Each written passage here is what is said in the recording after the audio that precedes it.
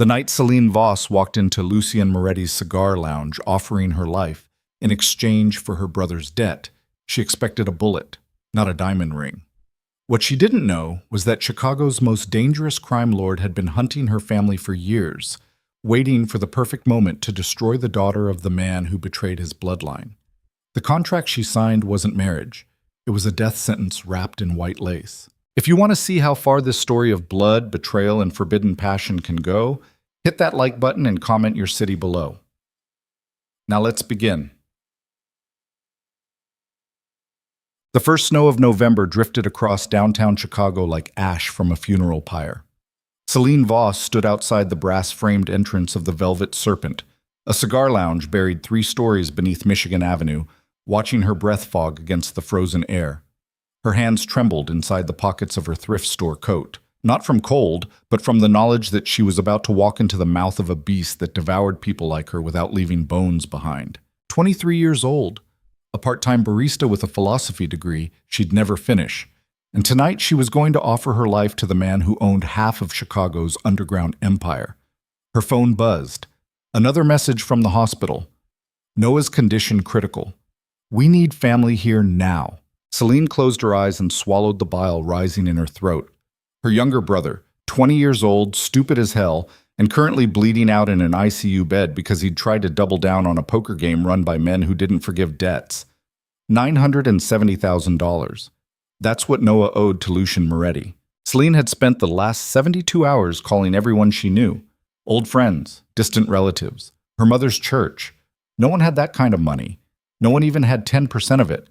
And the men who came to collect didn't negotiate payment plans. They collected in blood. So here she was, standing outside the kind of place where people disappeared, about to walk inside and beg the devil himself for mercy. She descended the stone staircase. Each step echoed like a countdown. At the bottom, 2 men in black suits flanked a reinforced steel door. Both had the dead-eyed stare of soldiers who'd seen too much violence to flinch at screaming. "Name," one of them said. His voice sounded like gravel scraping concrete. "Celine Voss. I'm here to see Lucien Moretti." The guards exchanged a glance. One of them spoke into a radio clipped to his collar. Static crackled back. After a moment, the steel door unlocked with a heavy metallic thunk. "3rd floor, don't touch anything." Celine stepped inside. The Velvet Serpent wasn't what she expected. The stairwell leading down smelled like aged leather and expensive tobacco. Dim golden light spilled from sconces shaped like coiled snakes. Jazz music drifted from somewhere below, slow, mournful, the kind of sound that made you think about regrets you couldn't undo. She descended 3 more flights. Her pulse hammered against her ribs. Sweat slicked her palms despite the cold. At the bottom, another door. Another guard. This one didn't ask questions. He just opened the door and gestured her inside. The lounge sprawled before her like something out of a noir film. Dark wood paneling. Velvet booths the color of dried blood. A marble bar where bottles of liquor older than her grandmother gleamed beneath low lights. Smoke hung in the air. Cigars, not cigarettes, thick enough to taste. And at the far end of the room, behind a desk carved from black marble, sat Lucien Moretti. He looked younger than she expected. Mid-30s maybe. Sharp jawline. Dark hair slicked back with the kind of precision that suggested control over everything, including himself. He wore a charcoal suit tailored so perfectly it might as well have been stitched onto his body. But it was his eyes that stopped her cold. Gray. Not blue-gray or hazel gray. Pure steel gray. The color of winter storms and knife blades. Eyes that looked at you like you were a problem to be solved or a mistake to be corrected. He didn't stand when she approached. Didn't smile. Didn't acknowledge her at all for a full 10 seconds. Then he gestured to the chair across from him. "Sit." Celine sat. Her legs felt like they might give out anyway. Lucien picked up a crystal tumbler filled with amber liquid. Whiskey, probably.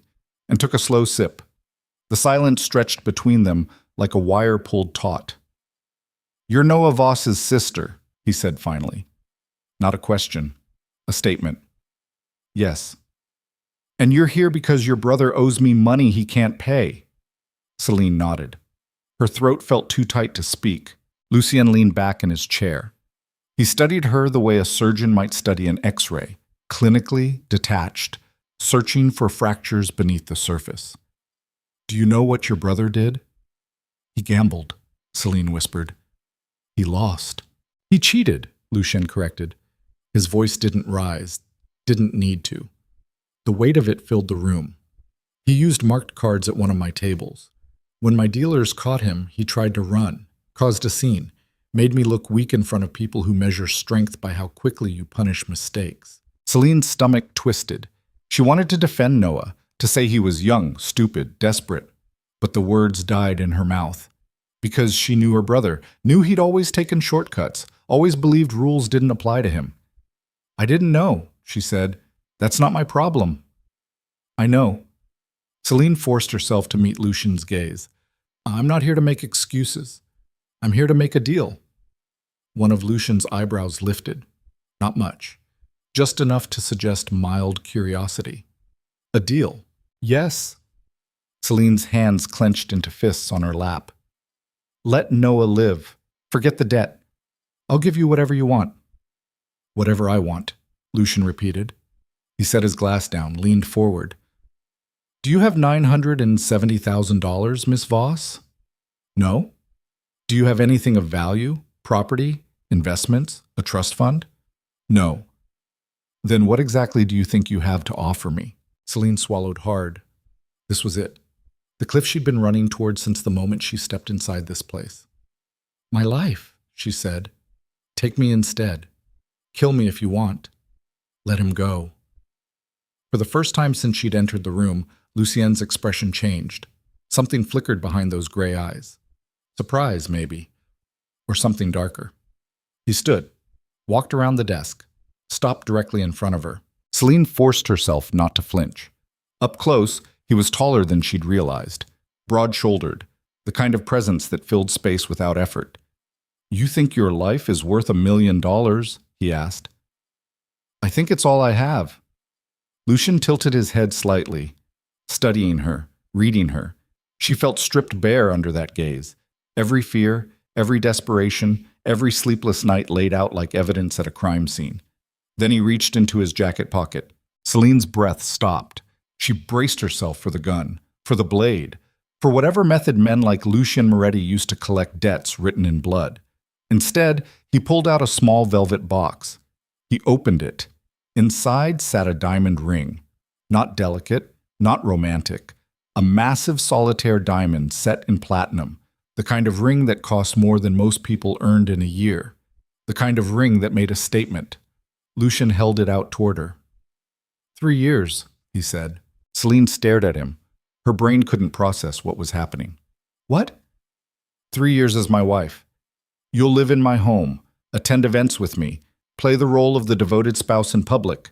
In exchange, your brother's debt disappears. He walks away free. You want me to marry you? The words came out strangled. I want you to sign a contract, Lucien corrected. Marriage is just the legal framework. Celine's mind reeled. This didn't make sense. Men like Lucien Moretti didn't marry random baristas to settle debts. They buried bodies. They made examples. Why? She asked. That's not your concern. If I'm signing my life away, I deserve to know why. Lucien's jaw tightened. For a moment, she thought he might strike her, or throw her out, or put a bullet in her skull and be done with it. Instead, he said, because I need a wife, and you need your brother alive. It's a transaction, nothing more. For 3 years. 3 years. After that, the contract expires. You're free to go. Celine looked down at the ring. It glittered under the low light like a trap wrapped in beauty. Every instinct screamed at her to run, to refuse, to find another way. But there was no other way. Noah was dying in a hospital bed. The debt collectors would move from him to her the moment he flatlined. And even if she ran, even if she disappeared into another city, another state, men like Lucien Moretti had long memories and longer reach. What happens if I say no? She asked. Lucien's expression didn't change. Your brother dies tonight. You die tomorrow. And I find another solution to my problem. The truth of it settled over her like ice water. He wasn't bluffing. This wasn't negotiation. It was a binary choice. Live as his prisoner for 3 years. Or die free tonight. Celine reached out and took the ring. Her hand shook so badly she almost dropped it. "I'll need your answer," Lucian said. She looked up at him, at the man who held her brother's life in one hand and a contract written in steel in the other. "Yes," she whispered. "I'll marry you." Lucien nodded once. He pulled a folded document from his jacket pocket and set it on the desk. "Sign." Celine stood on trembling legs, walked to the desk. The contract was thick, dozens of pages of legal language she didn't understand, terms and conditions, obligations, penalties for breach. A pen sat beside it, heavy, silver. She picked it up. "Once you sign," Lucien said from behind her, "there's no going back. You belong to me for 3 years, legally, financially, publicly. Do you understand?" "I understand." She signed her name at the bottom of the final page. The ink dried fast. Permanent, binding. Lucien took the document and tucked it back into his jacket. Then he slipped the diamond ring onto her finger. It was too big, hung loose around her knuckle. "We'll fix the sizing tomorrow," he said. "The wedding is in 4 days. My staff will handle the arrangements." 4 days? Celine's voice cracked. "The sooner this is public, the better." Lucien walked back to his desk, pressed a button on the phone. "Marcus, bring the car around. Miss Voss is leaving."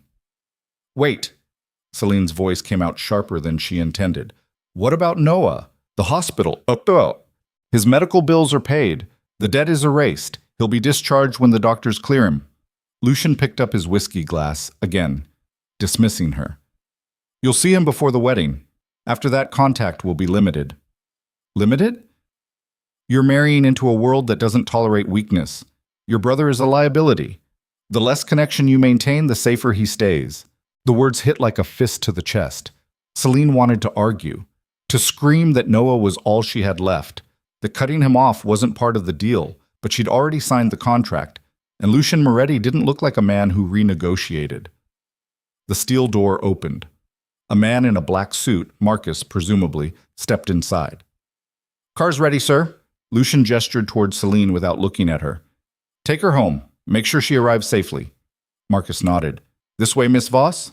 Celine followed him out of the lounge on legs that felt like they belonged to someone else. The jazz music faded behind her. The smoke thinned. The golden light disappeared as they climbed back up the stone staircase toward street level. Outside, the snow was falling harder now.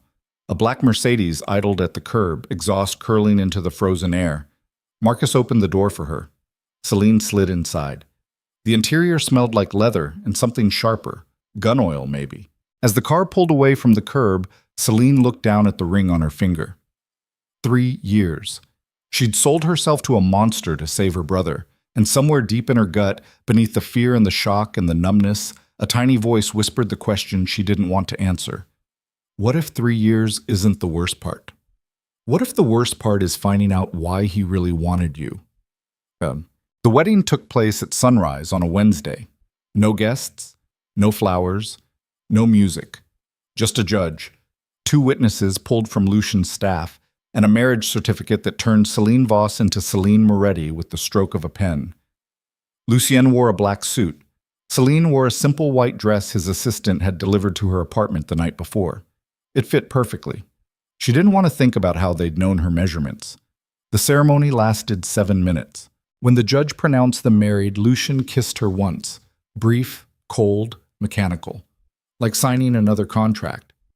Then it was over. Celine was a wife, Celine was a prisoner, and the man she'd married looked at her like she was a problem he'd just acquired, not a person. The car ride to Lucien's estate took 40 minutes. They drove north along the lakeshore, past the glittering skyscrapers of downtown Chicago, through wealthy suburbs where houses hid behind iron gates and manicured hedges. Finally, they turned onto a private road that wound through dense woods. At the end of it sat a mansion that looked like it had been ripped from a Gothic novel and dropped onto the frozen shoreline of Lake Michigan. 3 stories, stone walls, arched windows, a tower on the east side that jutted into the sky like a warning. Celine's stomach sank. This wasn't a home. It was a fortress. The car stopped in front of a massive oak door. Marcus opened her door. Celine stepped out into the biting wind. Lucien was already walking toward the entrance. He didn't wait for her, didn't hold the door. Inside, the mansion was exactly as cold as she'd imagined. High ceilings, dark wood floors, furniture that looked expensive and uncomfortable. Paintings of stern-faced men in military uniforms lining the walls. Ancestors, probably. Every one of them looked like they'd died angry. A woman in a black uniform appeared from a side hallway, mid-50s.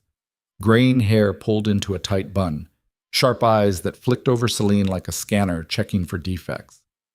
"This is Clara," Lucian said. "She manages the house. If you need anything, ask her." Clara nodded once. No smile. No welcome. "Your room is on the second floor," Lucian continued. "East wing. You'll find everything you need there." Celine blinked. "My room? We're not—" "This is a contract, Miss Voss, not a romance." Lucian's tone was flat. "You have your space. I have mine. We'll share public appearances. Nothing else." Heat crawled up Celine's neck. Not embarrassment, but anger. She didn't know what she'd expected, but being dismissed like an employee on her wedding day felt like a slap. "Fine," she said. Lucian turned to Clara. "Show her upstairs, make sure she understands the rules." Then he walked away, disappeared down a hallway without another word. Clara gestured toward the staircase. "This way?" Celine followed her up a sweeping marble staircase to the second floor. The hallway stretched in both directions, lined with closed doors. Clara stopped in front of one near the end of the hall, opened it. The room beyond was large, too large. A king-sized bed dominated one wall. A sitting area with a fireplace occupied another. Floor-to-ceiling windows overlooked the lake, where waves crashed against a private dock. It was beautiful. It was a cage. "Your belongings were brought over this morning," Clara said. "Wardrobe is in the closet. Bathroom through that door. Dinner is served at 7. Breakfast at 8. If you need meals at other times, inform the kitchen staff in advance." Celine nodded numbly. Clara's expression softened, barely. "A word of advice, Mrs. Moretti. Don't wander. This house has rules. Break them, and you'll find out why everyone who works here stays silent." Before Celine could respond, Clara left. The door clicked shut behind her. Celine stood alone in the center of the room, staring at the diamond ring on her finger.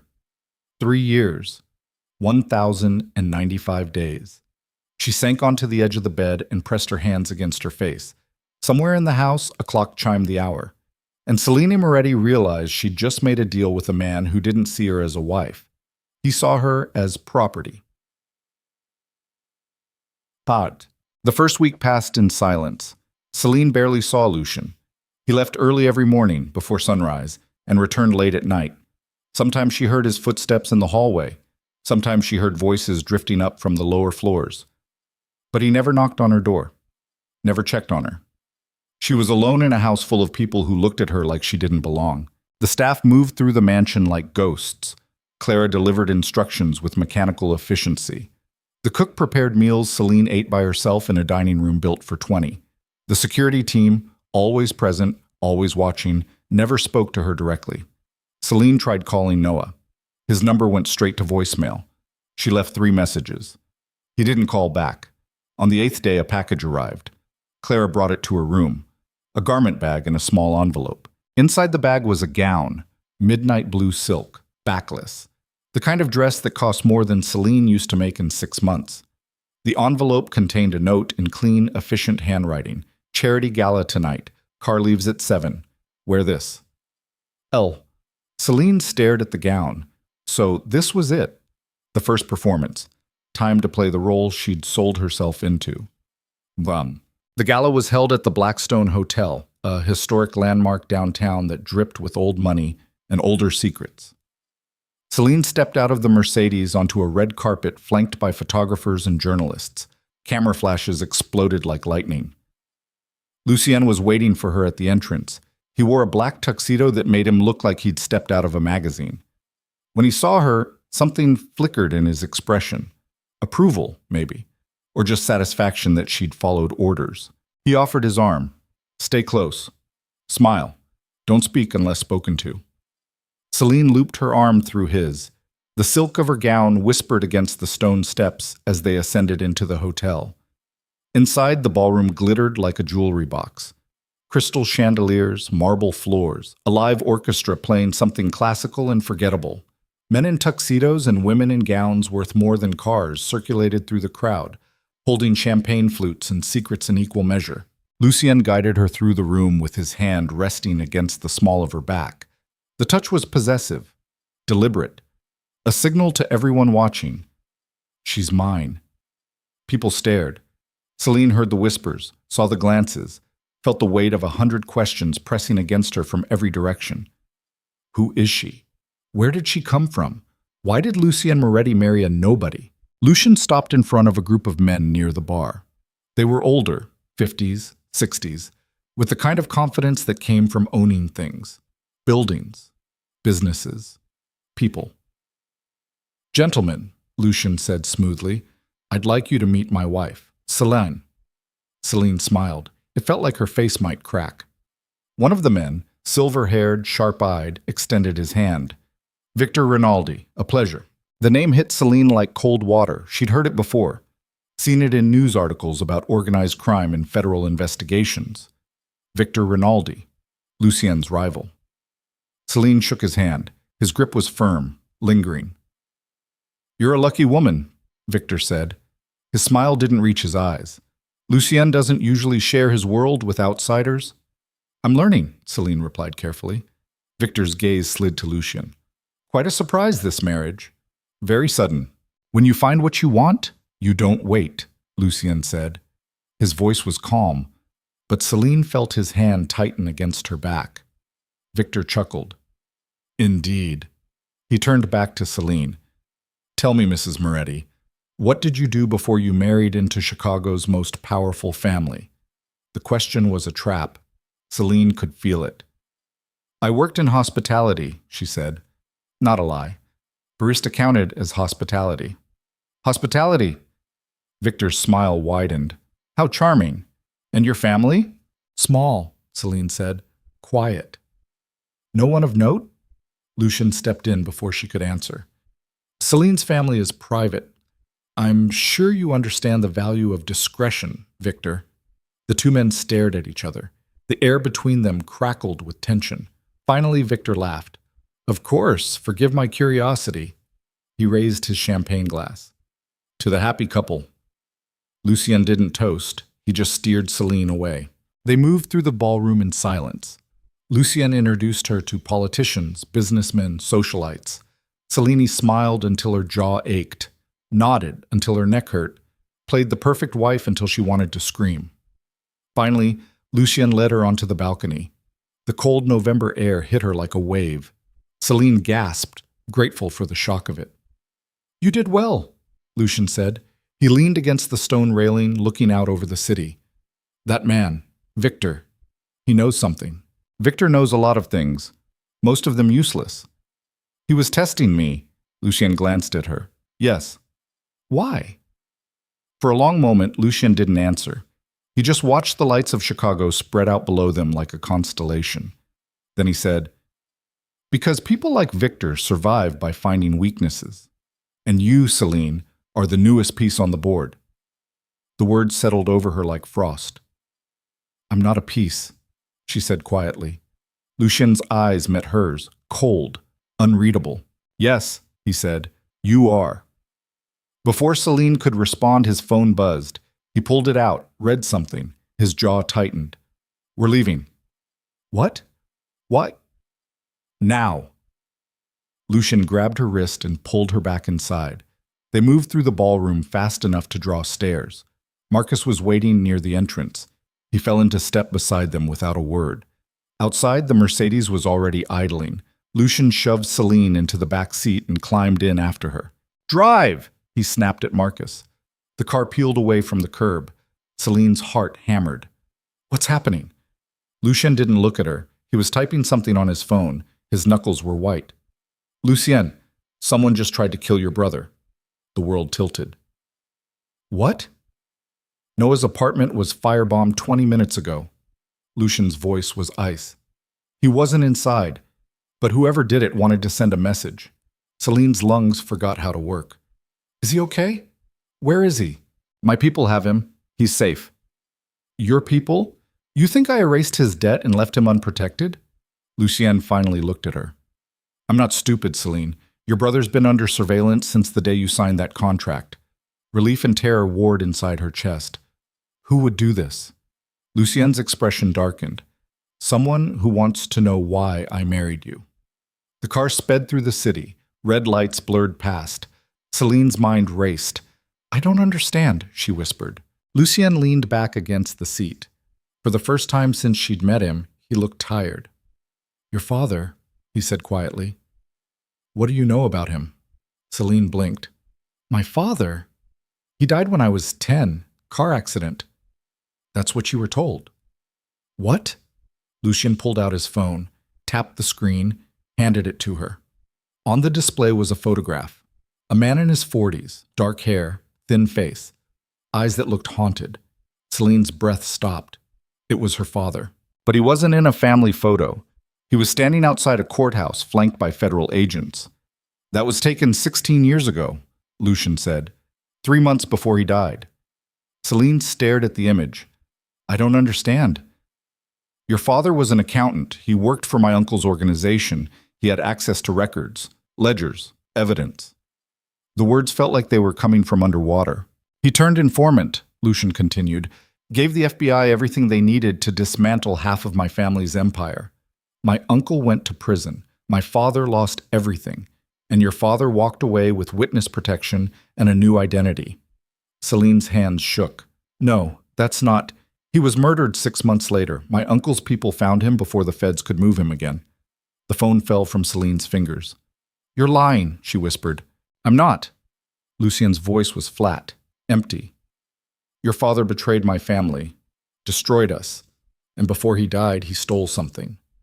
Stole what?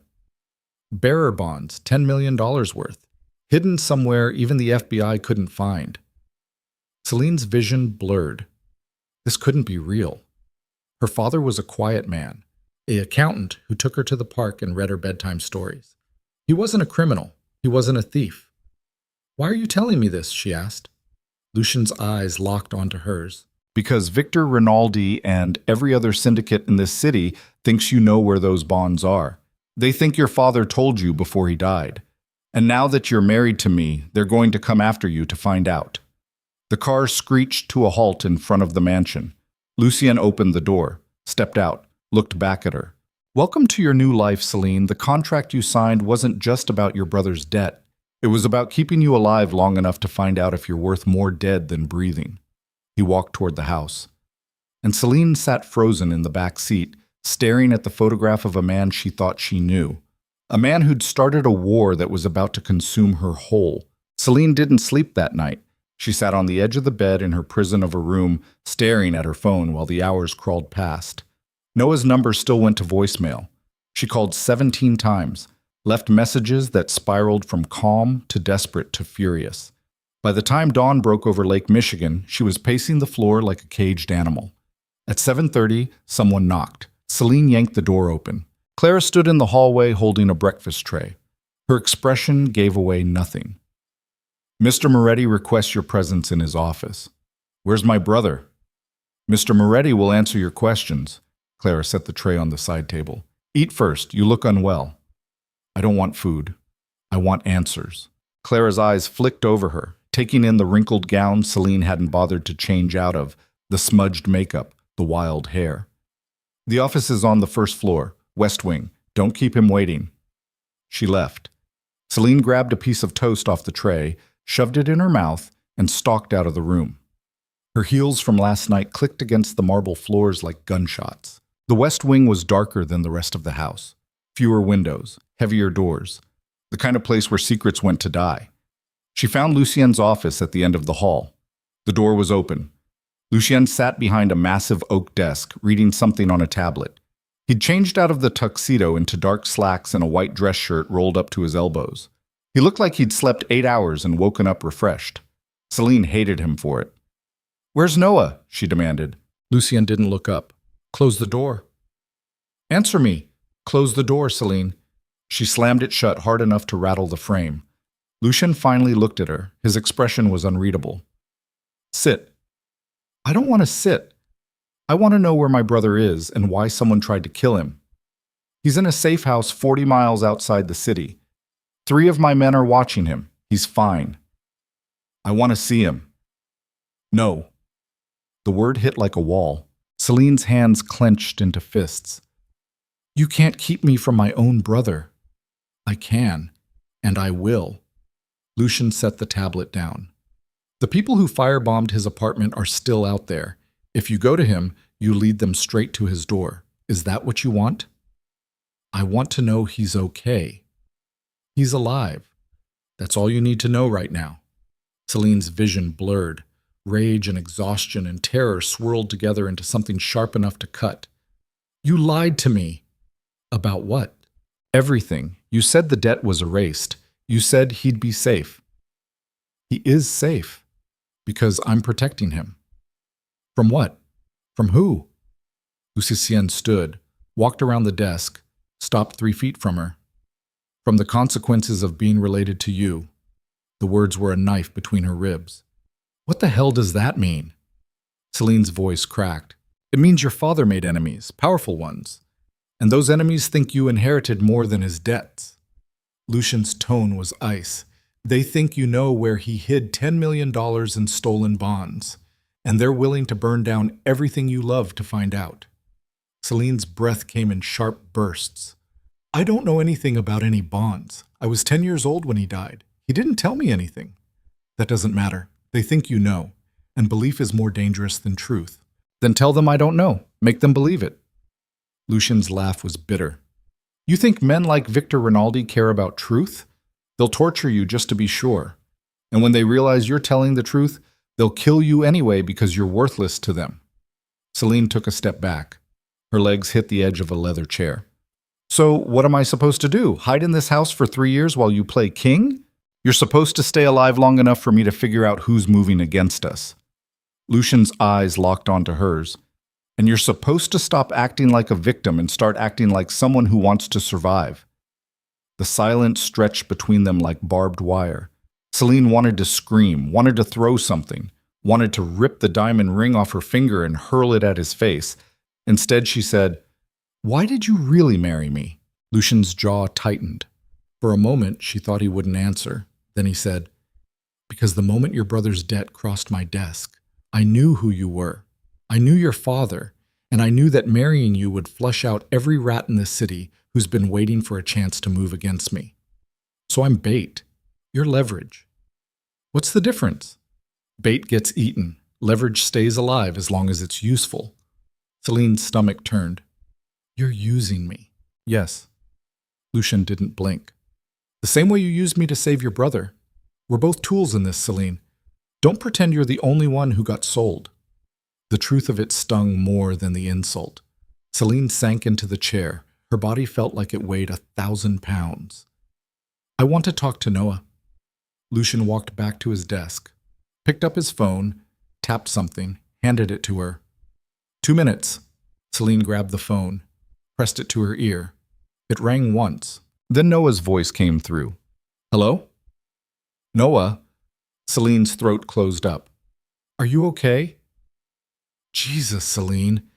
He sounded exhausted, scared. What the hell is going on? These guys won't tell me anything. They just showed up at my apartment and dragged me out before the whole place went up in flames. I know. I'm sorry. I'm so sorry.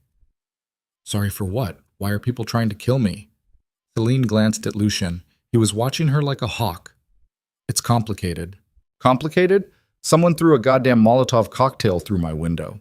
I know, but you're safe now. Lucien's people are protecting you. Lucien? Noah's voice rose. You mean the guy I owed money to? The guy who was going to kill me? He's not going to kill you. How do you know that? Because I married him, Celine wanted to say. Because I sold myself to keep you alive. But the words stuck in her throat. Just trust me, she said instead. Stay where you are. Don't leave. Don't call anyone. I'll figure this out. Celine, Lucien reached over and took the phone back, ended the call. Celine stared at him. I wasn't finished. Yes, you were. Lucien pocketed the phone. He's safe. That's all that matters. He's terrified. Good. Fear keeps people alive. Celine stood, her legs shook. I hate you. Lucian didn't flinch. You'll get over it. She turned and walked toward the door. Celine. She stopped. Didn't turn around. There's a reception tonight, Lucian said. Political donors. You'll be there. Wear something red. Celine's hand tightened on the doorknob. And if I refuse? Then your brother loses his protection, and you get to explain to him why you chose pride over his life.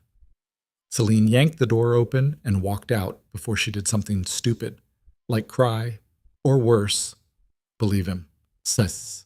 The reception was held at a private estate on the north side of the city, the kind of place that didn't appear on maps, the kind of place where power brokers made deals that never saw daylight. Celine wore the red dress Claire had delivered to her room. It clung to her like a second skin, made her feel exposed, vulnerable. That was probably the point. Lucien met her at the bottom of the staircase.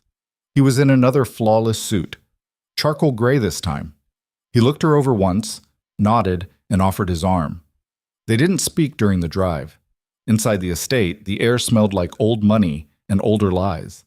Men in expensive suits clustered in corners, voices low. Women in cocktail dresses glided between them like sharks circling prey. Lucien kept his hand on Celine's lower back. The touch was possessive, performative. She wanted to shove him away. Instead, she smiled. An hour into the event, a woman approached. She was older, mid-50s maybe, with platinum blonde hair and a diamond necklace that probably cost more than Celine's childhood home. Her smile was sharp, predatory. Lucien, the woman said. Her voice dripped honey and venom in equal measure. I didn't know you were bringing a guest. My wife, Lucien corrected. Celine, this is Catherine Bellamy. She runs half the real estate development in the city. Catherine's eyes slid over Celine like she was appraising furniture.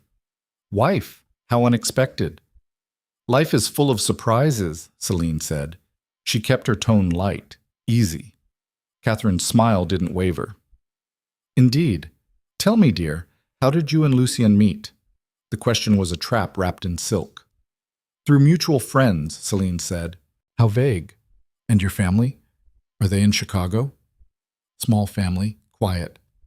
Catherine's eyes glittered. How convenient.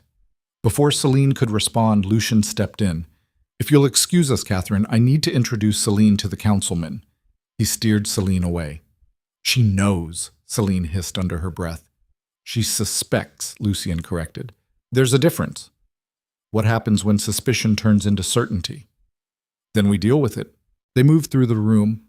More introductions, more smiles, more questions wrapped in pleasantries.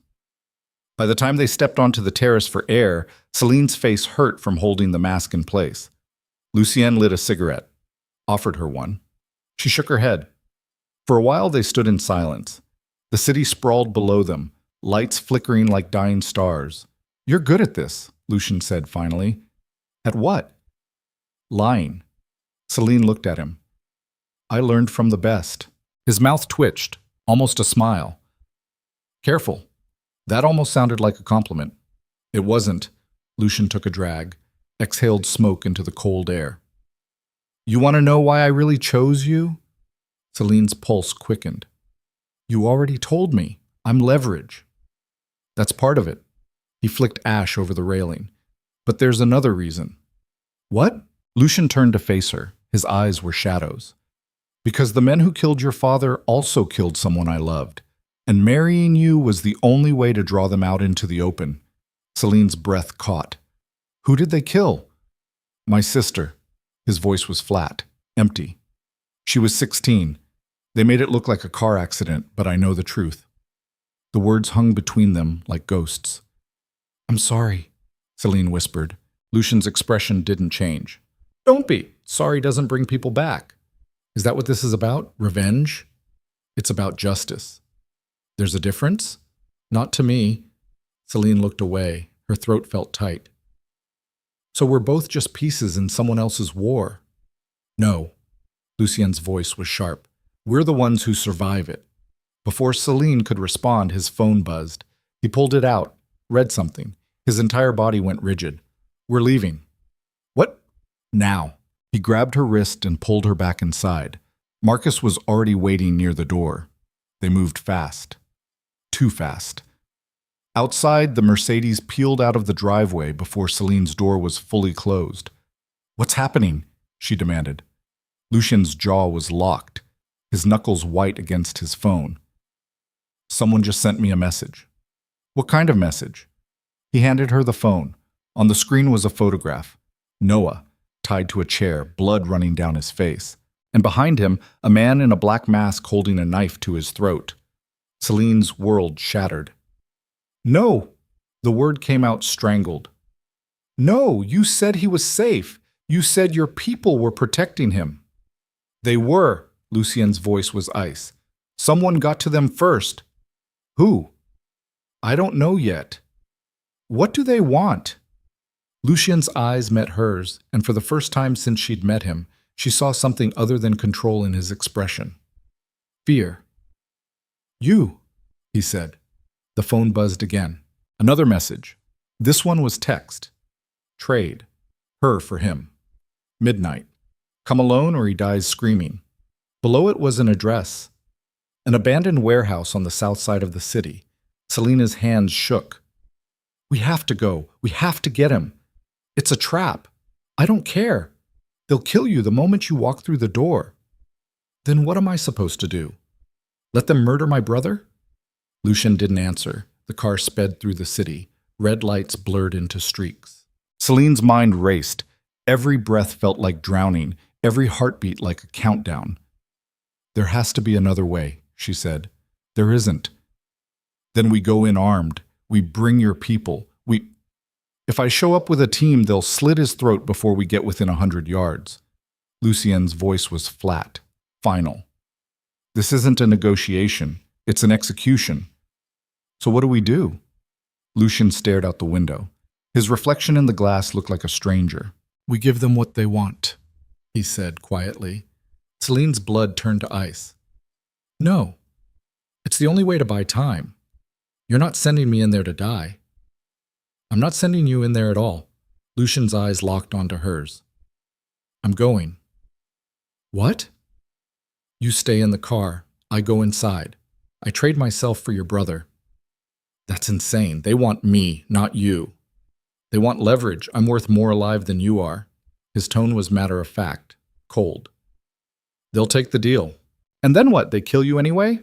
"Probably." "Lucien, this isn't a debate." He pulled out his phone, started typing. "Marcus will get you and Noah out of the city. There's a safe house in Wisconsin. You'll stay there until this is over." "I'm not leaving you." "Yes, you are." "Why?" Celine's voice cracked. "Why would you do this?" Lucian looked at her, really looked at her, and for a moment the mask slipped. "Because you're not the only one who made a deal to save someone," he said quietly. Before Celine could respond, the car screeched to a halt. They were 3 blocks from the warehouse. Lucien opened the door, stepped out. Celine grabbed his arm. "Don't do this. Stay in the car." "Lucien." He pulled away, looked at Marcus. "If I'm not back in 20 minutes, get her out of here. Don't stop. Don't look back." Marcus nodded. Lucien started walking. Celine lunged for the door. Marcus caught her, held her back. "Mrs. Moretti, don't." "Let me go." He gave an order. "I don't care about his orders." But Marcus was stronger. He pinned her against the seat while Celine fought like a wild animal. Through the window, she watched Lucien disappear into the shadows, watched him walk toward a building that would either save her brother or kill them all. And for the first time since she'd signed that contract, Celine realized the terrifying truth. She didn't want Lucien to die. Not for Noah. Not for anyone. The clock on the dashboard ticked forward. 18 minutes. 19. Then gunfire erupted inside the warehouse. The sound was deafening. Automatic weapons, screaming, explosions that shook the ground. Celine's heart stopped. "We have to go in," she gasped. "Not yet," Marcus said. "He's gonna die." He knew that when he walked in there. The gunfire continued, on and on, a symphony of violence that echoed through the empty streets. Then silence. Terrible. Absolute. Celine stopped breathing. The warehouse doors exploded outward. Lucien staggered into the street. He was covered in blood, his shirt torn, his face a mask of bruises and cuts, and in his arms, unconscious but breathing, was Noah. Marcus threw the car into gear. slammed the accelerator. They screeched to a halt beside Lucian. He shoved Noah into the back seat, collapsed beside him. "Drive," he rasped. Marcus didn't hesitate. The car rocketed away from the warehouse as sirens wailed in the distance. Celine stared at Lucian, at the blood soaking through his clothes, at the way his breath came in ragged gasps. "You're hurt," she whispered. "I'm fine."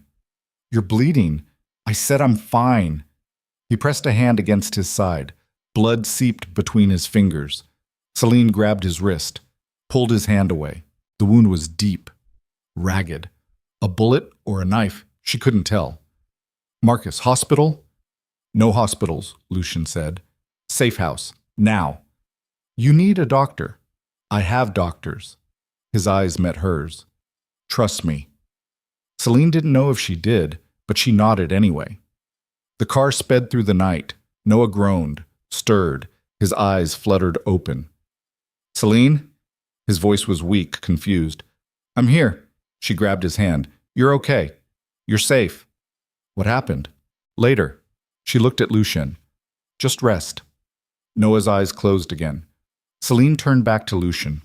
He was pale, shaking, his breathing shallow. "Who were they?" she asked. "Rinaldi's people." "Victor? The man from the gala?" "Yes." "Why?" Lucian's laugh was bitter, wet. "Because he's the one who's been hunting you this whole time, and I just declared war." The car crossed the city limits. Behind them, Chicago burned, and Celine realized with cold certainty that the contract she'd signed wasn't just marriage, it was a sentence for both of them. The safe house was a cabin buried in the woods 2 hours north of the city.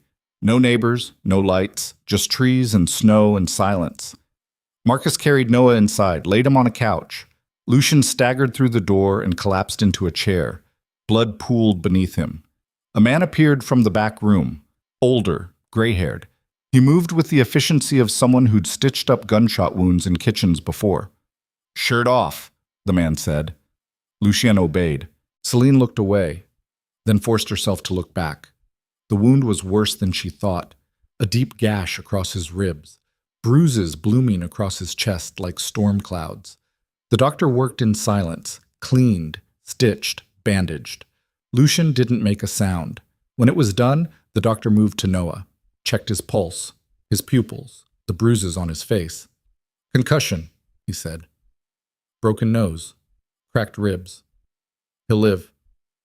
"Good," Lucian said. His voice was rough, exhausted. The doctor packed his supplies. "You need rest, both of you." Then he left. Marcus stood by the door, silent, watchful. Celine sat on the floor beside Noah, held his hand, watched his chest rise and fall. He was alive. Barely.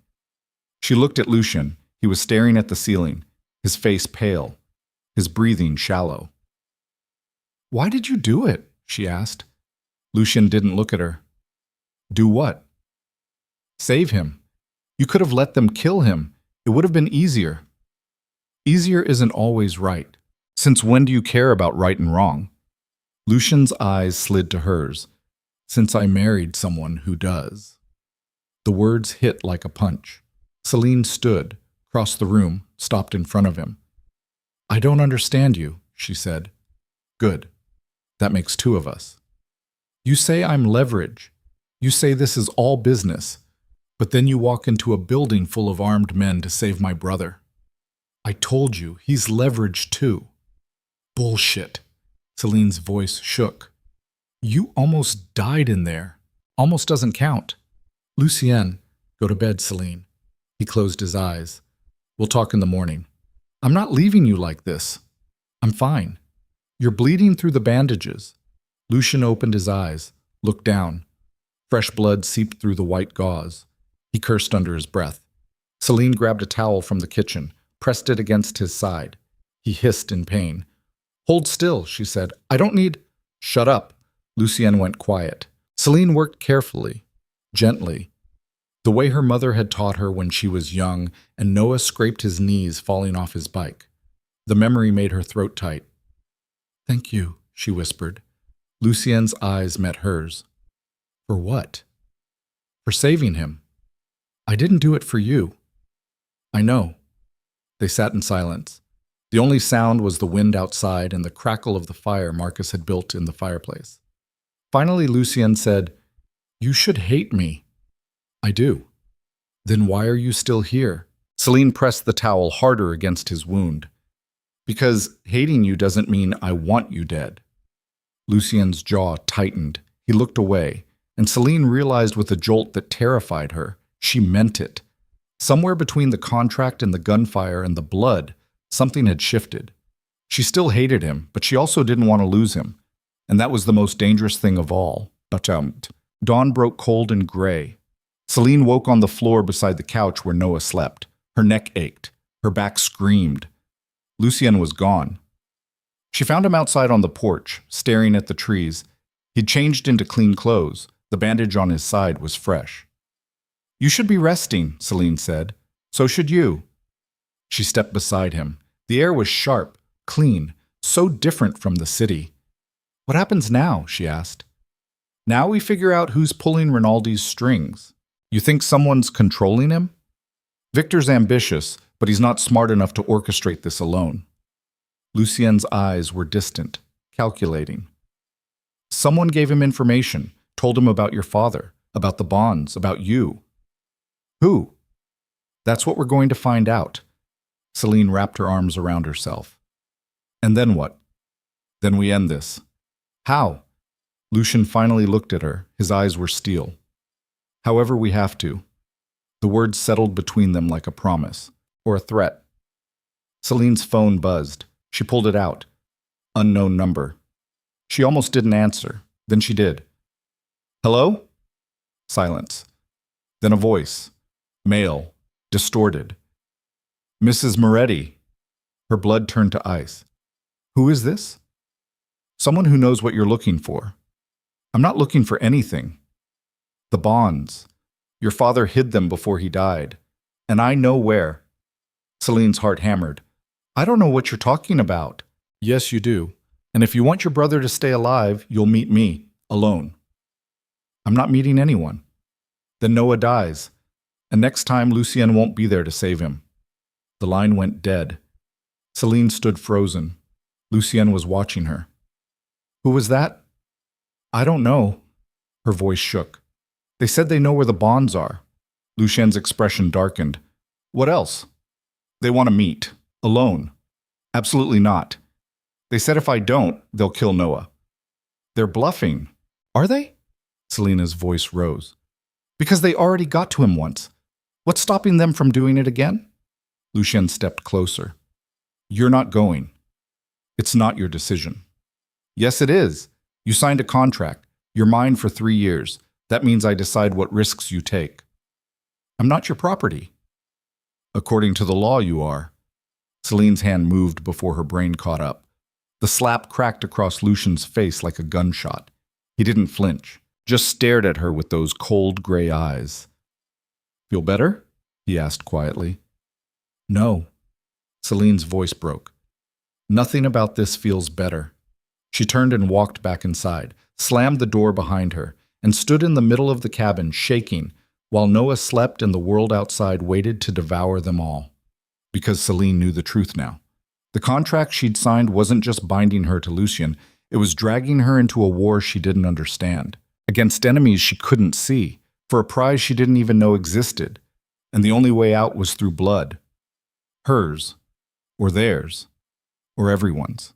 3 days passed in the cabin like a prison sentence counted in heartbeats. Noah recovered slowly.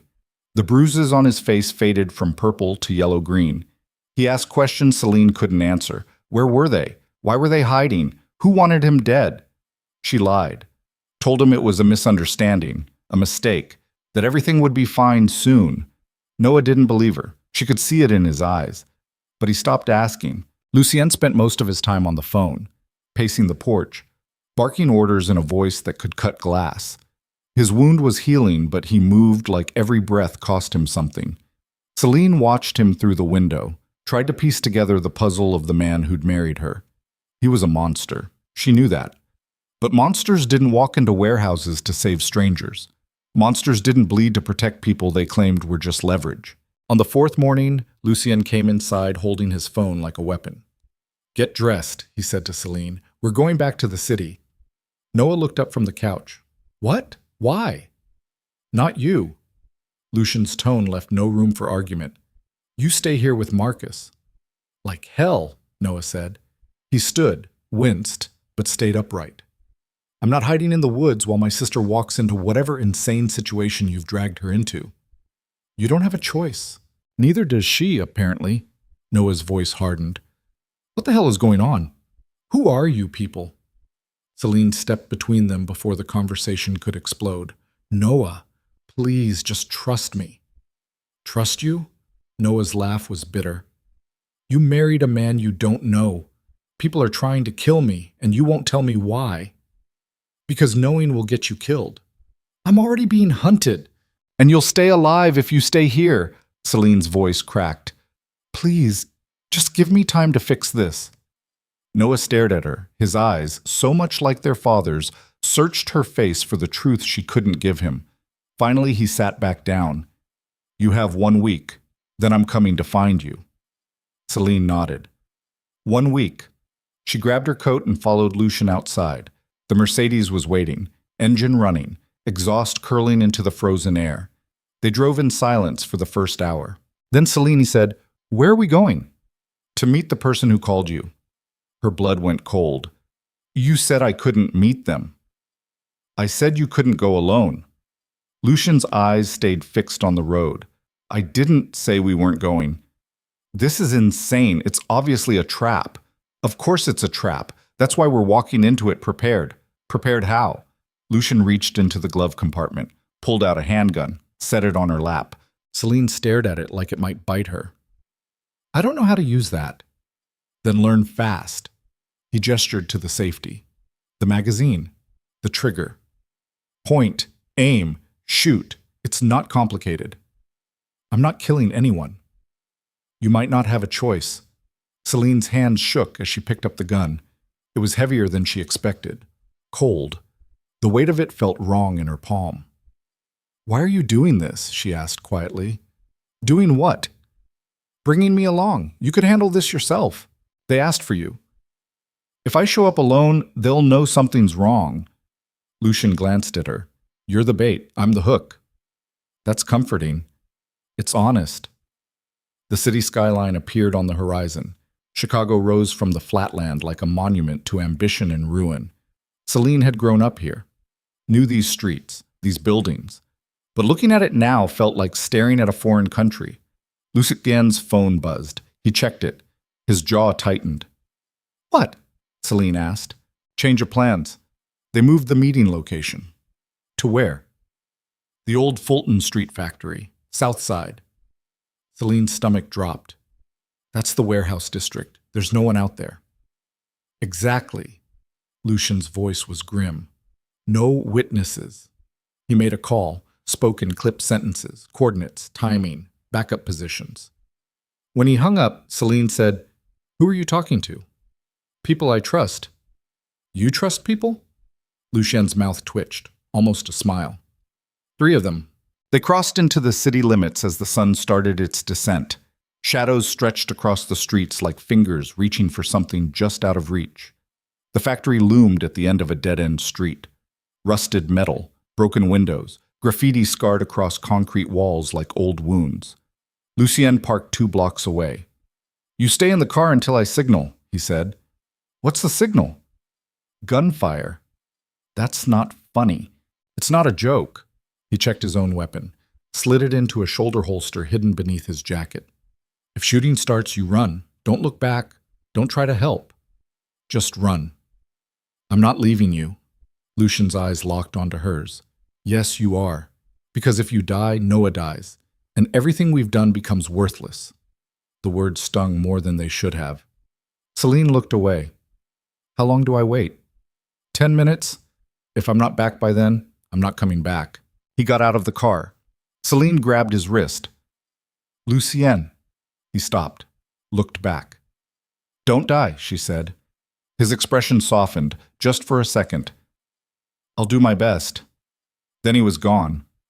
Celine watched him walk toward the factory, every step deliberate, controlled, like a man walking into an execution with his eyes open. She counted the seconds. 60, 120, 300. Then the factory door opened. A figure emerged, tall, broad-shouldered, moving with the kind of confidence that came from holding all the cards. Celine's breath stopped. It was Victor Rinaldi. He wasn't alone. 4 men flanked him, armed, dangerous. Lucien stopped 10 feet from them. Celine couldn't hear what they were saying, but she saw Victor smile, saw him gesture toward the factory, saw Lucien shake his head. Victor's smile disappeared. He said something sharp, angry. Lucien didn't move. Then Victor pulled out a phone, showed Lucien the screen. Even from this distance, Celine saw Lucien's entire body go rigid. Something was wrong. Victor made a gesture. 2 of his men grabbed Lucien's arms. He didn't fight, just stood there like a man who'd been checkmated. Celine's pulse hammered. This wasn't the plan. Something had changed. Then Victor looked directly at the car, directly at her. He lifted the phone, pointed it toward her. Celine's phone buzzed. Unknown number. She answered with shaking hands. Victor's voice came through. Hello, Mrs. Moretti. Enjoying the show. Let him go. Oh, I will. As soon as you get out of the car and walk over here. No. Then I put a bullet in his skull right now. Celine's vision blurred. You said you wanted to meet. I'm here. And now I want you closer. No guns, no tricks. Just you. How do I know you won't kill us both? Victor's laugh was cold. You don't, but you'll come anyway. Because you're in love with him. The words hit like a slap. I'm not. Yes, you are.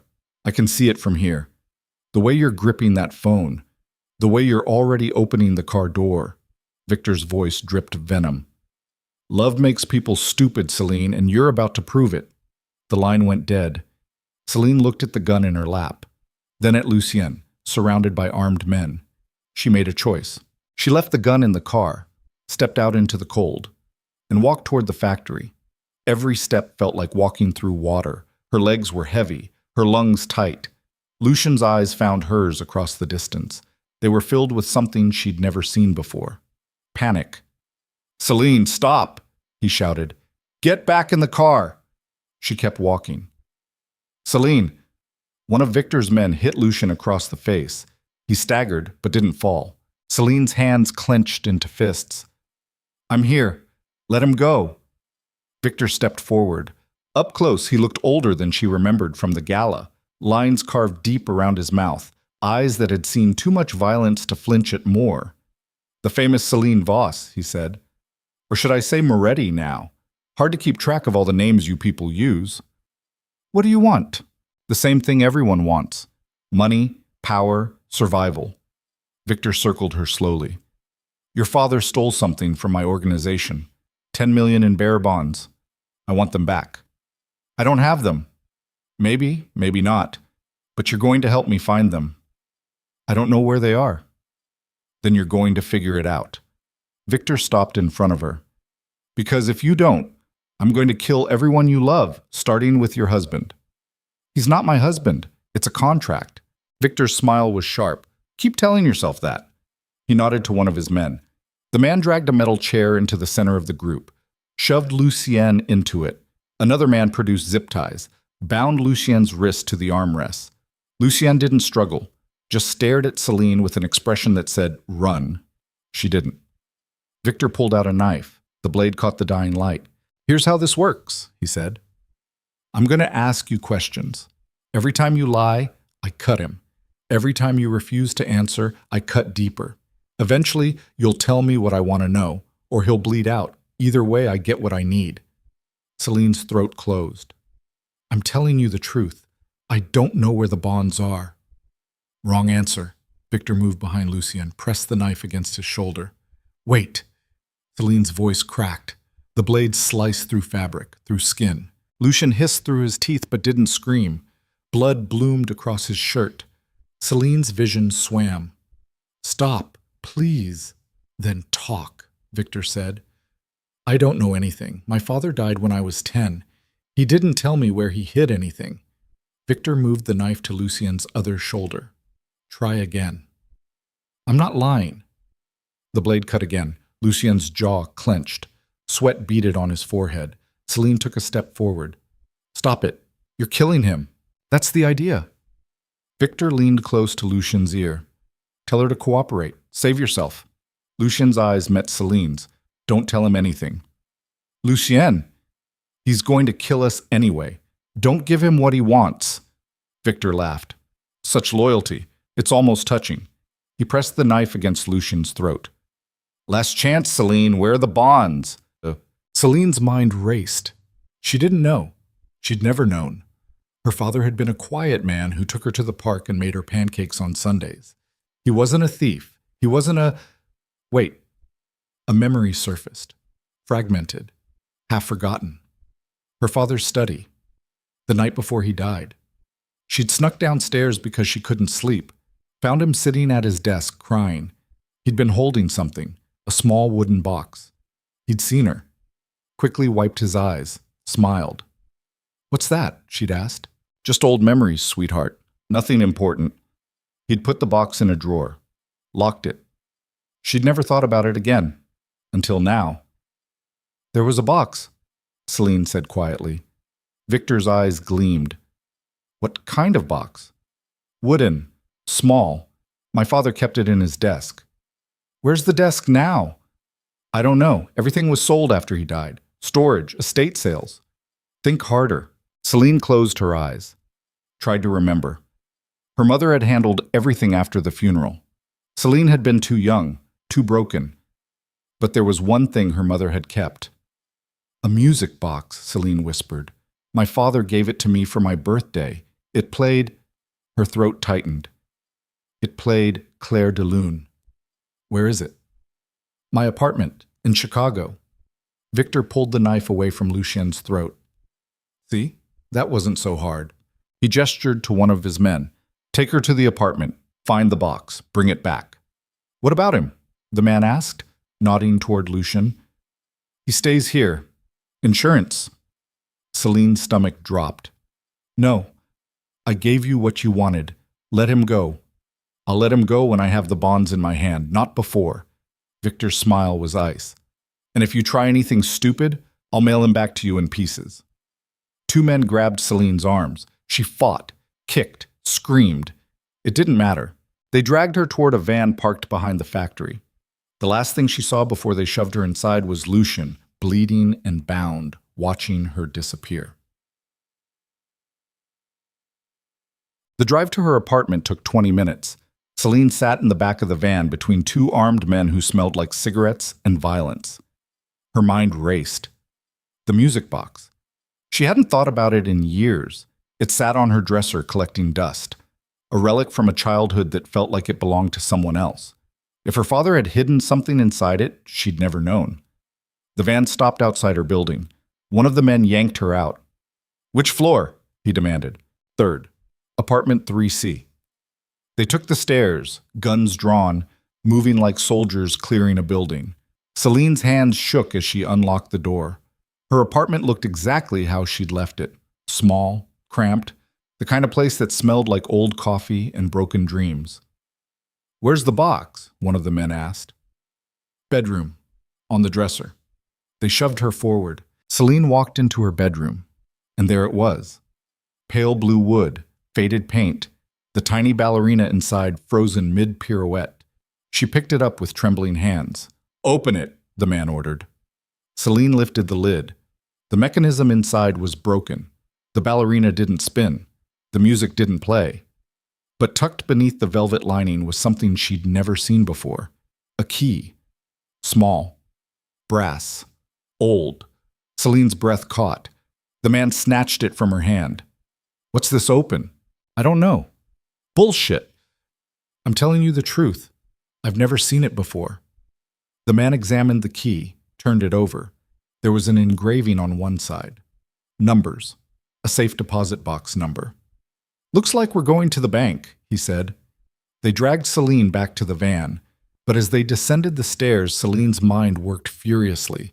Her father had hidden a key inside a music box he'd given her when she was 9 years old. He died when she was 10. which meant he'd planned this. Known he was going to die. Left her a trail. But why? What had he been trying to tell her? The van pulled up outside a bank on Monroe Street, one of Chicago's oldest, the kind of place with marble floors and vaults that had survived the Great Depression. The men marched Celine inside. It was after hours. The lobby was empty, but one of the men made a call, spoke in low tones. 5 minutes later, a manager appeared, nervous, sweating. Victor owned people everywhere. The manager led them downstairs to the vault. Rows of safe deposit boxes lined the walls like metal graves. Box 447. The key fit perfectly. The manager opened it, stepped back. Inside was a single manila envelope. One of the men grabbed it, ripped it open. Inside were bonds, old, yellow with age.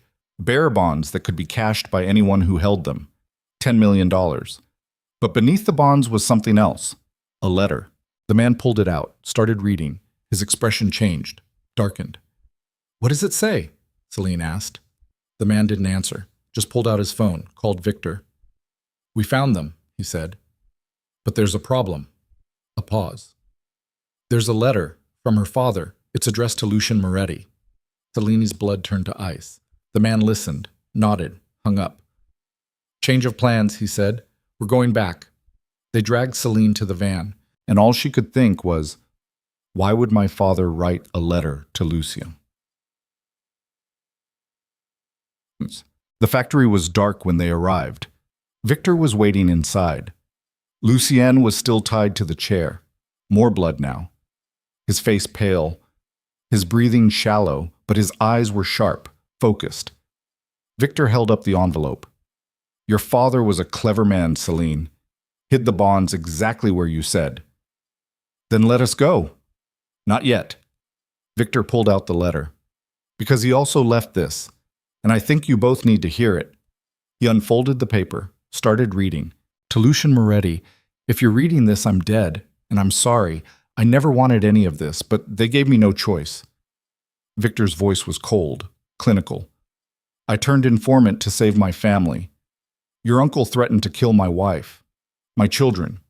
I gave the FBI what they wanted because I was a coward." Celine's legs felt weak. Victor continued. "But I also stole the bonds, not for myself, for you. Because what your uncle did to your sister wasn't justice. It was murder. And I have proof." Lucien's eyes widened. "The bonds are yours. Use them to finish what I started. Destroy the men who killed her, and protect my daughter. Because when you find her, they'll come for her too. I'm trusting you with the only thing I have left to give.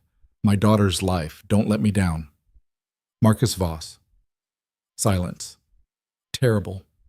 Absolute. Celine stared at Lucien. "You knew," she whispered. "You knew my father left the bonds for you." Lucien's face was stone. "Yes, that's why you married me. Not to flush out enemies, not for leverage." Her voice cracked. "You needed me to find them. Celine, you used me. I protected you. By lying?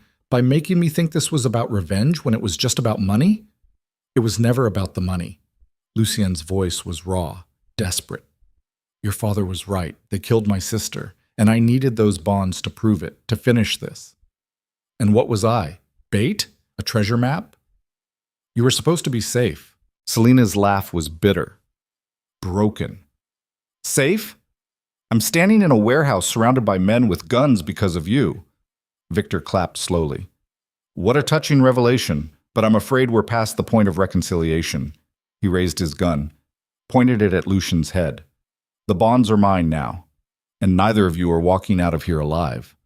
Celine's world narrowed to a single point. The gun in Victor's hand, the man she'd married tied to a chair, the betrayal that had just ripped her life apart, and somewhere deep in her chest, beneath the rage and the pain and the fear, something shifted. She'd walked into Lucien's office weeks ago, prepared to die for her brother. She'd signed a contract, played a role, survived, but she'd never fought back, never stopped being the victim, never became the kind of person who could survive in this world. Until now. Victor's finger tightened on the trigger, and Celine moved, She grabbed the nearest metal pipe leaning against the wall, rusted, heavy, real, and swung it with every ounce of strength she had. It connected with the side of Victor's head with a sickening crack. He went down. The gun flew from his hand. Celine dove for it. One of Victor's men lunged at her. She pulled the trigger. The recoil nearly broke her wrist. The man collapsed. The other men reached for their weapons. And then the factory exploded into chaos. Gunfire erupted from the shadows. Victor's men fell before they could aim. Lucien's people, the ones he'd called earlier, poured through the doors like a tidal wave of violence. Marcus was leading them. Celine scrambled toward Lucien, cut the zip ties with the knife Victor had dropped. Lucien grabbed her arm, pulled her behind cover as bullets tore through the air. "You shot him," Lucien said. His eyes were wide, shocked.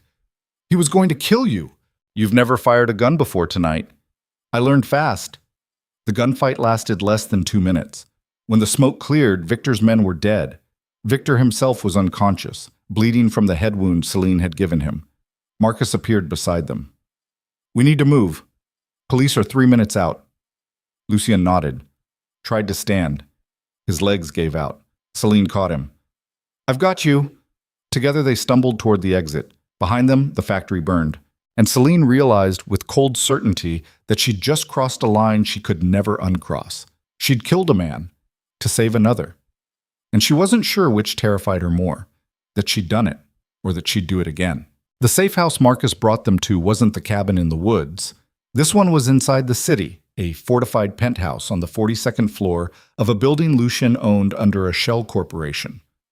Bulletproof glass, reinforced doors, enough surveillance equipment to monitor half of downtown Chicago. Celine helped Lucien onto a leather couch while Marcus barked orders into his phone. Blood soaked through Lucien's shirt. Victor's knife wounds reopened during the escape. His face was the color of old newspaper. "Get the doctor," Marcus said to someone on the other end. "Now."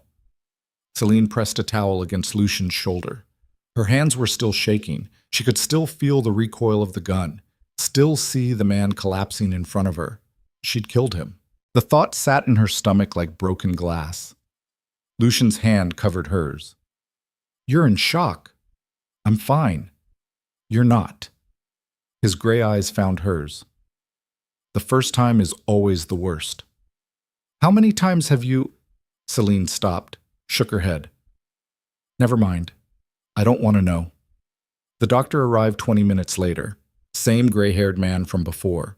He worked in silence, cleaning wounds, replacing stitches, injecting something that made Lucien's breathing slow and deepen. When he finished, he looked at Celine. "You should rest too. You're running on adrenaline. When it crashes, you'll collapse." "I'm fine," Celine repeated, but her voice sounded far away. Hollow. The doctor left. Marcus appeared with 2 glasses of whiskey, handed one to Celine. "Drink." She took it. Didn't taste it. Just held the glass and stared at the amber liquid like it might hold answers. Marcus sat across from her.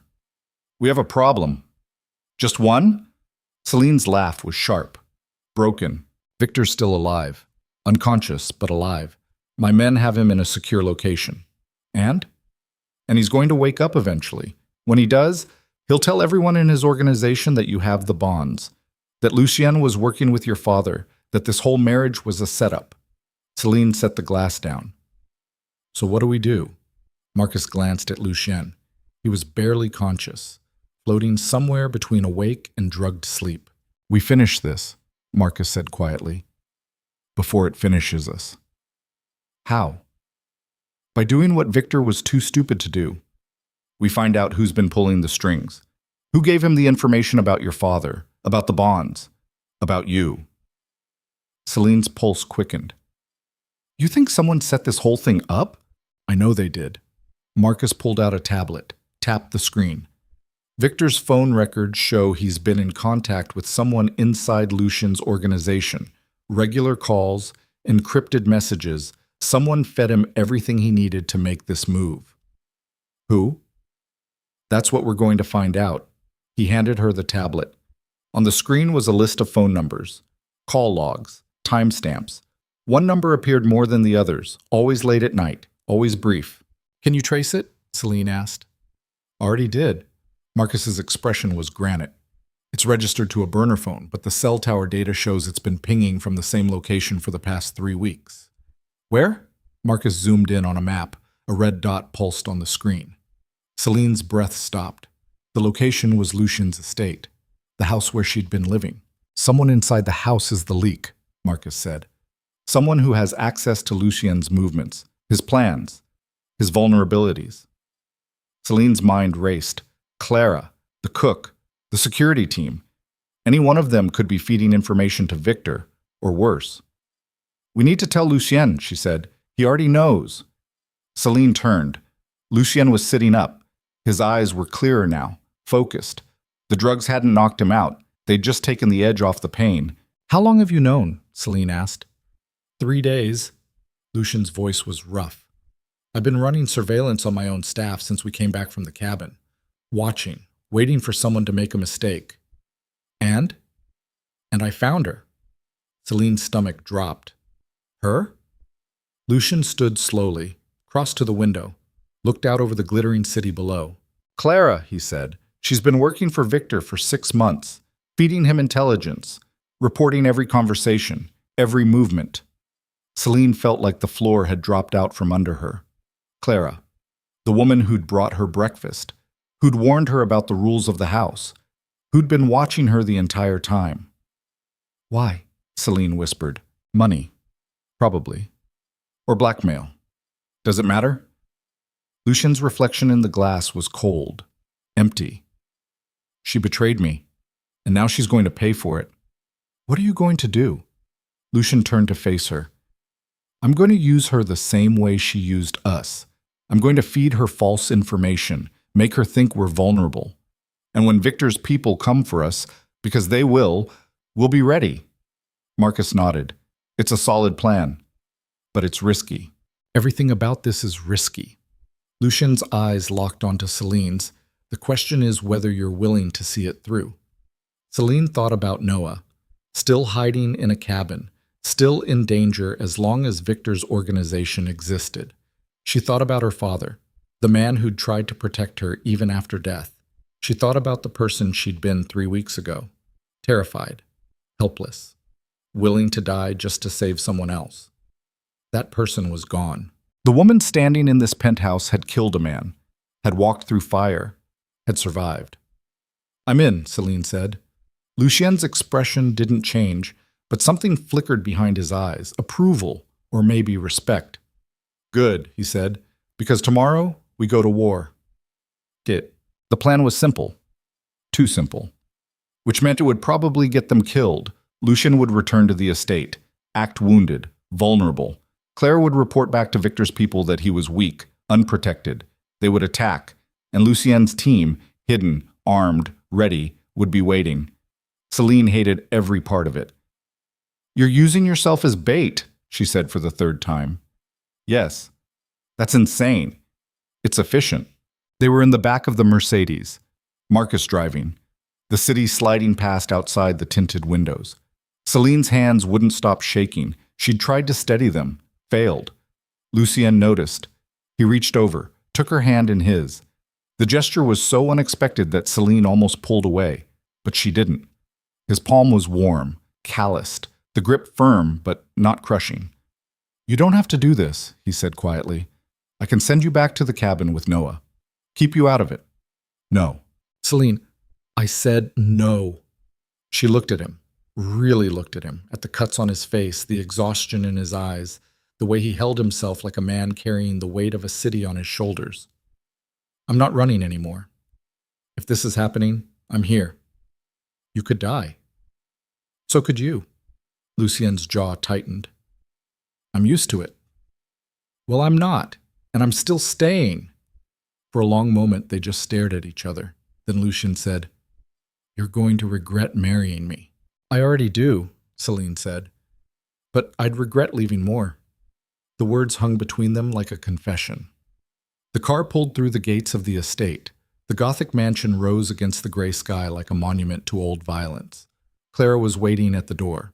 She looked the same as always. Neat black uniform, gray hair pulled back, sharp eyes that missed nothing. Mr. Moretti, she said. Her tone was perfectly neutral, professional. I wasn't expecting you back so soon. Change of plans, Lucien said. He walked past her without another word. Celine followed, felt Clara's eyes on her back like knives. Inside, the house was quiet. Too quiet. Lucien went straight to his office. Celine trailed behind him.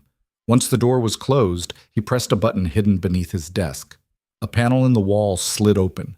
Inside was a weapons cache that would make a militia jealous. Rifles, handguns, ammunition, body armor. Lucien pulled out a tactical vest, started strapping it on. How long until they come? Celine asked. Clara will make the call within the hour. Victor's people will need time to mobilize. We have maybe 4 hours. And if they don't come? They'll come. Victor's desperate now. He knows we have the bonds. He knows his leverage is gone. This is his last shot. Celine watched him load magazines, check sights, move with the kind of practiced efficiency that came from doing this 100 times before. You've done this before, she said. Set a trap like this. Yes. How many times? Enough to know it doesn't always work. The honesty hit harder than a lie would have. Lucien handed her a vest. Put this on. Celine took it. The Kevlar was heavy, real. She strapped it over her clothes, felt the weight settle across her chest like armor. Lucien gave her a handgun, smaller than the one from before, easier to handle. Safety, magazine, trigger, he said. Remember? I remember. If someone comes through that door who isn't Marcus or one of my men, you shoot. Don't hesitate. Don't think. Just shoot. Celine nodded. Her mouth was dry. Lucien checked his watch. Marcus is positioning the team now. Rooftops, side entrances. They'll have overlapping fields of fire covering every approach. Where will you be? Here, in the office, visible through the windows. He gestured to the large glass panels overlooking the grounds. They'll expect me to be in the most defensible position, so that's exactly where I'll be. And me? Hidden, upstairs. You're the last line of defense if they get past everyone else. Celine's stomach twisted. I don't want to hide while you're down here getting shot at. You're not hiding, you're surviving. Lucien's eyes locked onto hers. If this goes wrong, if I go down, you run. Marcus will get you out. Don't look back. Don't try to save me. Just run. I'm not leaving you. Celine, I'm not. Her voice cracked. You walked into a warehouse full of armed men to save my brother. You took a bullet for me. I'm not running. Lucien's expression shifted. Something raw flickered across his face. Then he crossed the room in 3 strides and kissed her. It wasn't gentle, wasn't soft. It was desperate, brutal. The kind of kiss that tasted like goodbye. Celine kissed him back with the same fierce intensity, her hands fisted in his shirt, his fingers tangled in her hair. When they finally broke apart, both of them were breathing hard. If we survive this, Lucien said quietly, we need to talk. About what? About the fact that I didn't marry you just for the bonds. Celine's heart stopped. What? Your father's letter was right. I needed to protect you, but not because of the money. Lucien's thumb traced her jawline. Because the moment I saw you walk into that lounge ready to die for your brother, I knew you were the kind of person worth keeping alive. The words hit like a freight train. You're telling me this now? Celine's voice shook. Right before we might die? Yes. That's the worst timing I've ever heard. I know. Lucien's smile was sad, broken. But I needed you to know, in case I don't get another chance to say it. Before Celine could respond, Marcus's voice crackled through a radio on Lucien's desk. They're here. 8 vehicles, maybe 40 men, coming in fast. Lucien's entire demeanor changed. The vulnerability vanished. The warlord returned. He grabbed the radio. Positions? Set. Waiting for your signal. Lucien looked at Celine. Go. Upstairs. Now. Lucien. Now. Celine ran. She took the stairs 2 at a time. Her heart hammered against her ribs. The vest felt like it weighed 1,000 pounds. She found a bedroom on the 2nd floor with a clear view of the front drive. Through the window, she saw them coming. Black SUVs, armored, moving in formation. They stopped at the gates. Men poured out, armed, tactical gear, moving like a military unit, Victor's people, or what was left of them. Celine's hands tightened on the gun. Downstairs, she heard Lucienne's voice, calm, cold. Let them in. The gates opened, the SUVs rolled through, and hell came with them. The first shots came from the rooftops. Marcus's snipers opened fire. 3 of Victor's men dropped before they made it 10 feet from their vehicles. The rest scattered, returned fire. Bullets tore through the air, shattered windows, punched holes in stone walls. Celine ducked below the window frame. Her pulse roared in her ears. She counted the gunshots, tried to track who was winning. Impossible. Downstairs, she heard explosions, doors blowing inward, men shouting, the staccato rhythm of automatic weapons. They were inside the house. Celine's breath came in short gasps. Her hands shook so badly she almost dropped the gun. Footsteps pounded up the stairs, heavy, fast, multiple people. She pressed herself against the wall. Raised the gun. The door exploded open. A man in tactical gear rushed through. Saw her. Raised his rifle. Celine fired. The recoil jerked her arms. The shot went wide. The man fired back. The bullet punched into the wall 6 inches from her head. Celine fired again. Again. Again. One of the shots hit. The man staggered, fell. Celine's stomach heaved. She tasted bile. More footsteps. She ran, stumbled into the hallway, saw another man coming from the opposite direction. He raised his weapon. Celine dove into another room. Bullets chased her, splintered the doorframe. She slammed the door, locked it, shoved a dresser in front of it. It wouldn't hold long. She looked around. The room had one window, fire escape outside. The door shuttered, someone kicking it. Celine ran to the window, tried to open it, stuck. She smashed it with the butt of her gun. Glass shattered, cold air rushed in.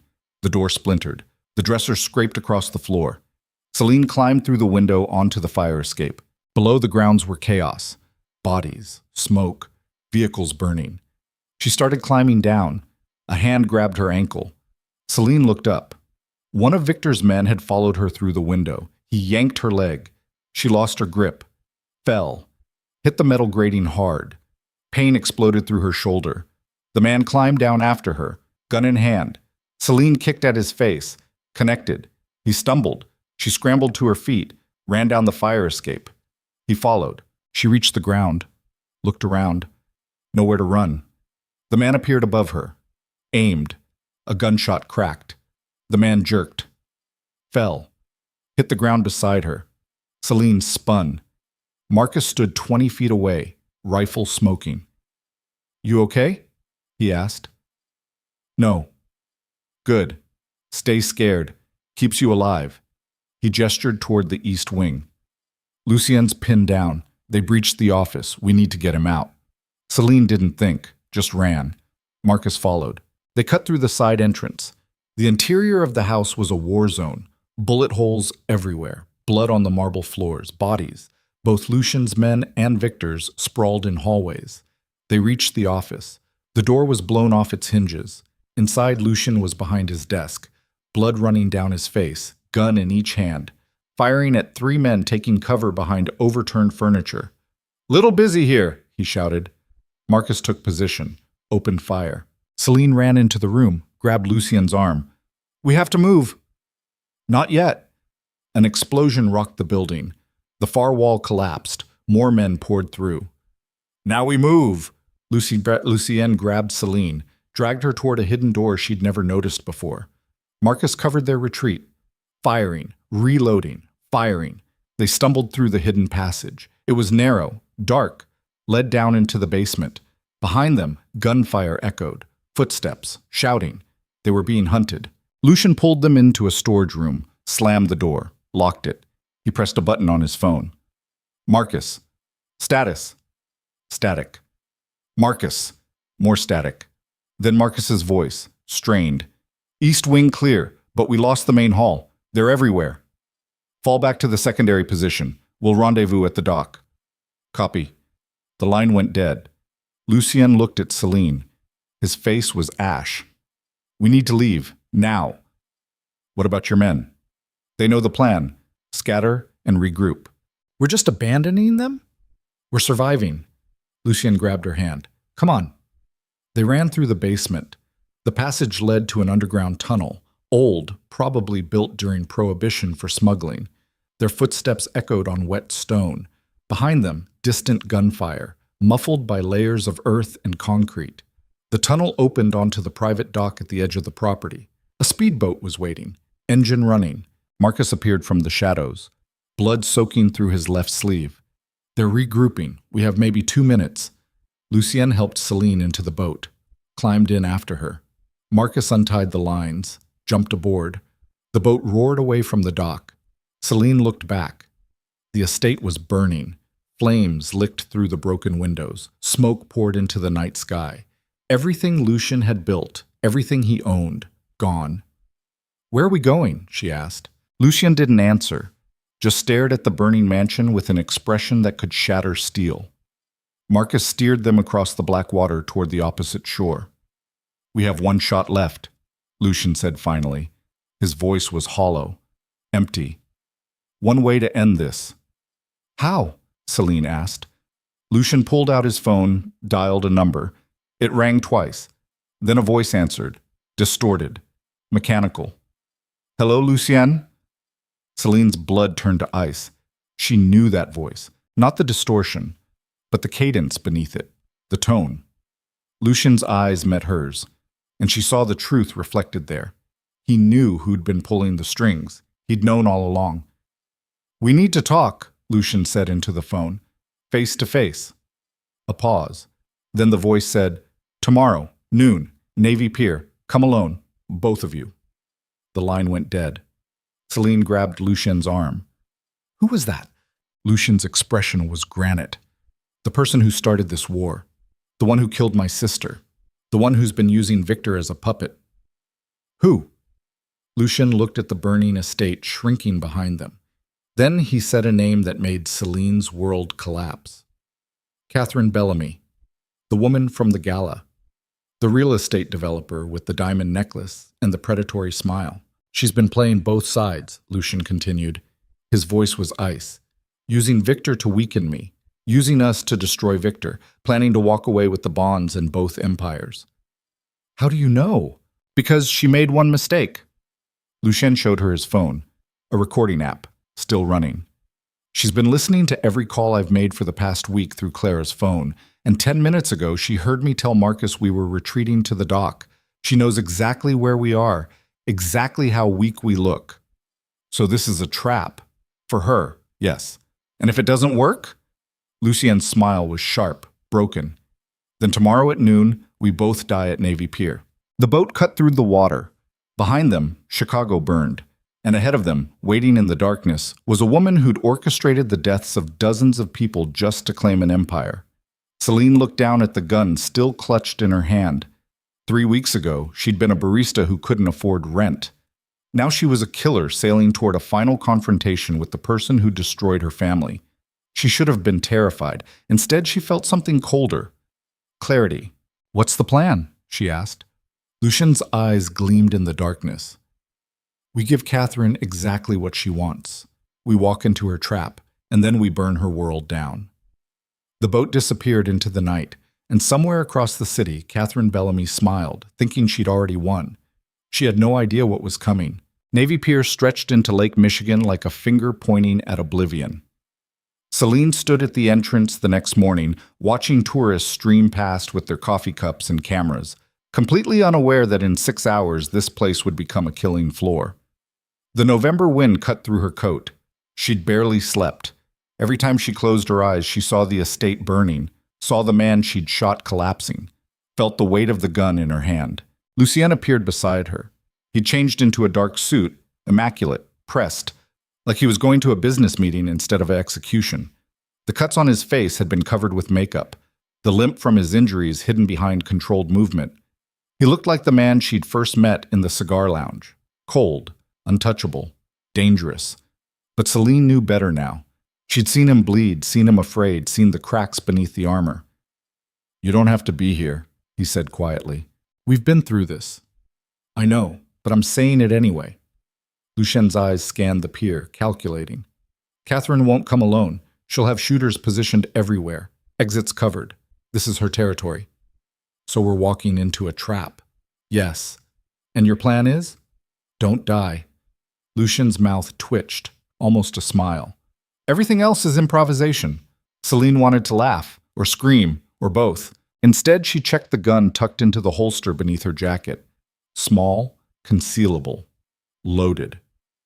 Marcus has teams positioned on the rooftops, Lucian continued. Snipers. Counter surveillance. If Catherine's people make a move, we'll have 3 seconds of warning, maybe 4. That's not much time. It's enough to dive for cover, or shoot back. He looked at her, really looked at her. Last chance to walk away, Celine. She thought about Noah, still safe in the cabin, waiting for her to come back. She thought about her father, the man who'd tried to save her even from beyond the grave. She thought about the woman she used to be. Terrified. Helpless. Willing to sacrifice everything for people who might not have done the same for her. That woman was gone. I'm not walking away, Celine said. Lucian nodded. No argument, no relief, just acceptance. They walked along the pier together, past the Ferris wheel, past the food vendors and street performers, past families laughing and children running, and people living normal lives that felt like they belonged to a different universe. At exactly noon, Celine's phone buzzed. Unknown number. She answered. Catherine's voice, no distortion this time, just cold precision, came through. The Shakespeare Theater, back entrance, 5 minutes. The line went dead. Lucicienne's jaw tightened. She's moving the location, trying to throw off our positioning. Will Marcus's people be able to adjust? We're about to find out. They cut through the crowd toward the theater, an old building at the end of the pier, ornate, historic, mostly empty this time of year. The back entrance was locked. Lucienne pulled out a set of picks, had the door open in 30 seconds. Inside, the theater was dark. Rows of seats facing an empty stage, dust floating through shafts of gray light from high windows. And standing center stage, backlit like an actress waiting for applause, was Catherine Bellamy. She wore a white pantsuit, diamond earrings, hair perfect, makeup flawless. She looked like she was attending a charity luncheon, not orchestrating murder. Lucienne, she said, her voice echoed through the empty theater. And the lovely Celine, I'm so glad you could both make it. Lucian walked down the center aisle. Celine followed. Her hand hovered near her weapon. Where's Victor? Lucian asked. Dead. Catherine's smile was ice. I had him eliminated this morning. Loose ends, you understand. He served his purpose. Which was? Destroying you, obviously. Or at least weakening you enough that when I made my move, you'd be too damaged to fight back. She gestured around the empty theater. Looks like it worked. Lucien stopped 10 feet from the stage. You killed my sister. I did. No hesitation. No remorse. Elena was going to testify against my organization, share evidence that would have destroyed everything I built. So I had her removed, made it look like an accident. Your uncle took the fall. Perfect solution. Celine's stomach twisted, the casual way Catherine talked about murder, like it was a business decision, nothing more, made her skin crawl. And my father? Celine asked. Her voice came out stronger than she felt. Marcus Voss, sweet man, terrible accountant. Catherine's eyes slid to her. He wasn't supposed to steal the bonds. That was an unexpected complication. But it worked out in the end. Led you right to Lucien. Led Lucien right to me. You've been planning this for years, Lucien said. 16 years since the day your sister died. I've been patient, methodical, moving pieces into place. Victor was useful, ambitious, stupid, easy to manipulate. Your father's theft gave me the perfect bait. And your marriage to Celine? Catherine laughed. That was a gift, a weakness I could exploit. Where are the bonds? Lucien asked. Safe. Far from here. Probably being deposited into an account in the Caymans as we speak. Catherine descended the stage steps, walked toward them. You didn't really think I'd bring them here, did you? No, Lucien said. But I thought you'd bring this. He pulled out a recording device, pressed play. Catherine's voice filled the theater.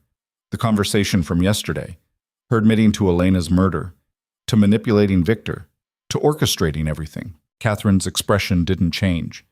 You think that matters? You think anyone will hear that recording? They already have, Lucien said. It's been streaming to 3 different federal agencies for the last 60 seconds. Catherine's smile finally cracked. You're bluffing. Am I? For the first time, uncertainty flickered across Catherine's face. Then she pulled out a gun, aimed it at Celine. Doesn't matter, Catherine said. You're both dead anyway. Celine's hand moved to her own weapon.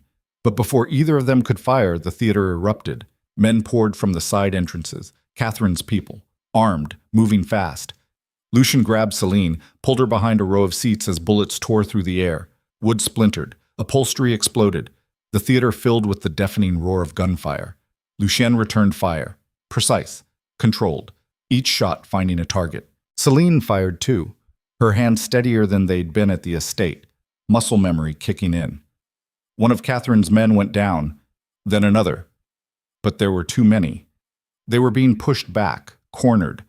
Lucian's gun clicked empty. He cursed, reached for a spare magazine. Didn't have one. Catherine appeared at the end of the aisle. Gun raised, smiling. End of the line, Luce. And then the high windows shattered.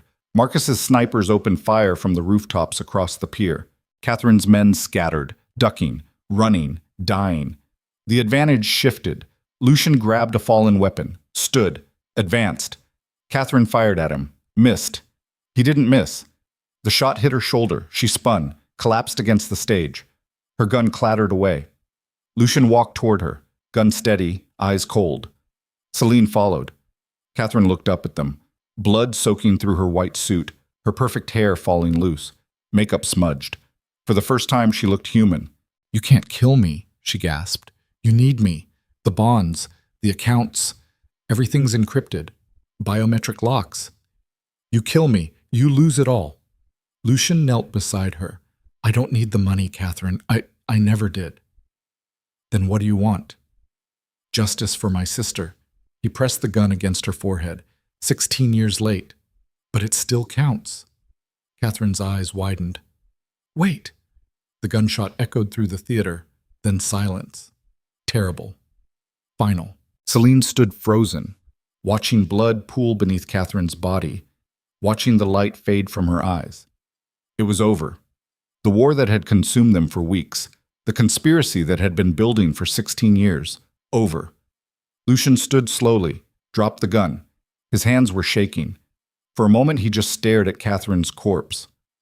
Then he turned and walked toward the exit without a word. Celine followed. Outside, sirens wailed, police, federal agents, converging on the pier. Marcus appeared from the shadows. We need to move, now. The recording? Lucian asked. Delivered. FBI has everything. Catherine's organization is done. Lucian nodded. And us? You're in the clear, self-defense, multiple witnesses. The feds are treating you as victims, not suspects. Celine wanted to laugh. Victims. After everything they'd done, everyone they'd killed. But technically, it was true. Marcus led them to a black SUV parked 3 blocks away. They climbed inside. The driver pulled away as police cars screamed past toward the pier. Celine looked out the window, watched Chicago slide past. The city she'd grown up in. The city that had tried to kill her. It looked different now. Smaller. Less dangerous. Or maybe she'd just become dangerous enough to survive it. They went to ground for 2 weeks. Different safe house, different part of the city. While federal agents dismantled Catherine's empire and rounded up her people. Victor Rinaldi's body was found in a warehouse with a bullet in his skull. Ruled a gang execution. Case closed. Clara disappeared. Probably fled the country. Nobody looked too hard for her. The estate was a total loss. Insurance investigators swarmed it. Arson. Criminal activity. Lucien's legal team handled it. Noah was brought back to the city, set up in a new apartment, given a new identity, clean slate. Celine visited him on a Thursday afternoon. He looked better. The bruises healed, color back in his face. But his eyes were different, harder, older. You killed people, he said. Not a question, a statement. Celine didn't deny it. Yes. To save me. To save both of us. Noah stared at his hands. I don't know if I can live with that. You don't have to. I'm the one who pulled the trigger. But I'm the reason you had to. His voice cracked. I'm the one who gambled, who got in debt, who dragged you into this mess. You didn't drag me anywhere. I made my choice. A choice you shouldn't have had to make. Celine sat beside him, took his hand. Noah, listen to me. What happened? It happened. We can't undo it. We can only decide what we do next. And what are you going to do? Celine thought about the question. She'd been asking herself the same thing for days. The contract with Lucien still had 2 years and 11 months remaining. Legally, she was bound to him. But everything had changed. The marriage wasn't fake anymore. Wasn't just a transaction. Something real had grown in the spaces between the gunfire and the lies. Something dangerous. I don't know yet, she said honestly, but I'll figure it out. Noah squeezed her hand. Just promise me something. What? Promise me you won't disappear, that I won't lose you to this world. Celine wanted to promise, wanted to tell him everything would go back to normal, but she'd already become someone different, someone who could kill without hesitation, who could walk through fire and come out the other side. Normal was gone. I promise I'll always be your sister, she said instead, no matter what else I become. It was the best she could offer. Noah seemed to understand. He nodded. Let go of her hand. Celine left before the conversation could get harder. She found Lucien at a penthouse he owned downtown. Not the safe house, not the estate. Just a quiet space high above the city. He was standing at the window, watching the sunset paint Chicago in shades of amber and blood. Noah okay? He asked without turning around. As okay as he can be. Good. Silence stretched between them. Finally, Celine said, What happens now? Legally? The contract stands. You're my wife for 2 more years. That's not what I'm asking. Lucien turned to face her. The fading light carved shadows across his face, made him look older, tired. I don't know, he said. I've spent 16 years building toward Catherine's death. Now that it's done, I don't know what comes next. You could rebuild. The empire, the estate. I could. He walked toward her, stopped a foot away. Or I could do something different. Like what? Go legitimate. Use the money I have left to build something clean, legal, something my sister wouldn't be ashamed of. Celine's breath caught. You'd really do that? Maybe, if I had a reason to. What kind of reason? Lucien's hand reached out, traced the line of her jaw. The kind that wears a diamond ring and killed 3 men to keep me alive. Celine's pulse hammered. That's not a reason, that's a complication. Same thing. Lucien, I love you, he said. Simple, direct. No poetry, no flourish. Just truth. I didn't mean to, didn't plan for it. But somewhere between the contract and the carnage, it happened. The words hit like a physical force. Celine opened her mouth, closed it, couldn't find words. You don't have to say it back, Lucien continued. You don't have to feel the same way. But I needed you to know, before you decide what happens next. Celine's mind raced. 3 weeks ago, she'd walked into his office prepared to die, signed a contract, became a prisoner. Now she was standing in a penthouse covered in scars, physical and otherwise, listening to a man who'd killed dozens of people tell her he loved her. It was insane. It was impossible. And somehow, it was the truest thing she'd ever heard. I don't know if I love you, she said slowly. I don't know if I even know what love is anymore. Everything's so twisted, so damaged. I know. But I know I don't want to leave. I know that when I thought you were going to die, something in me broke. And I know that the only time I feel like I can breathe is when you're in the same room. Lucien's expression shifted, something raw and vulnerable breaking through the armor. Is that enough? Celine whispered. For now, yes. He kissed her. Not like before. Not desperate or brutal. Gentle. Tentative.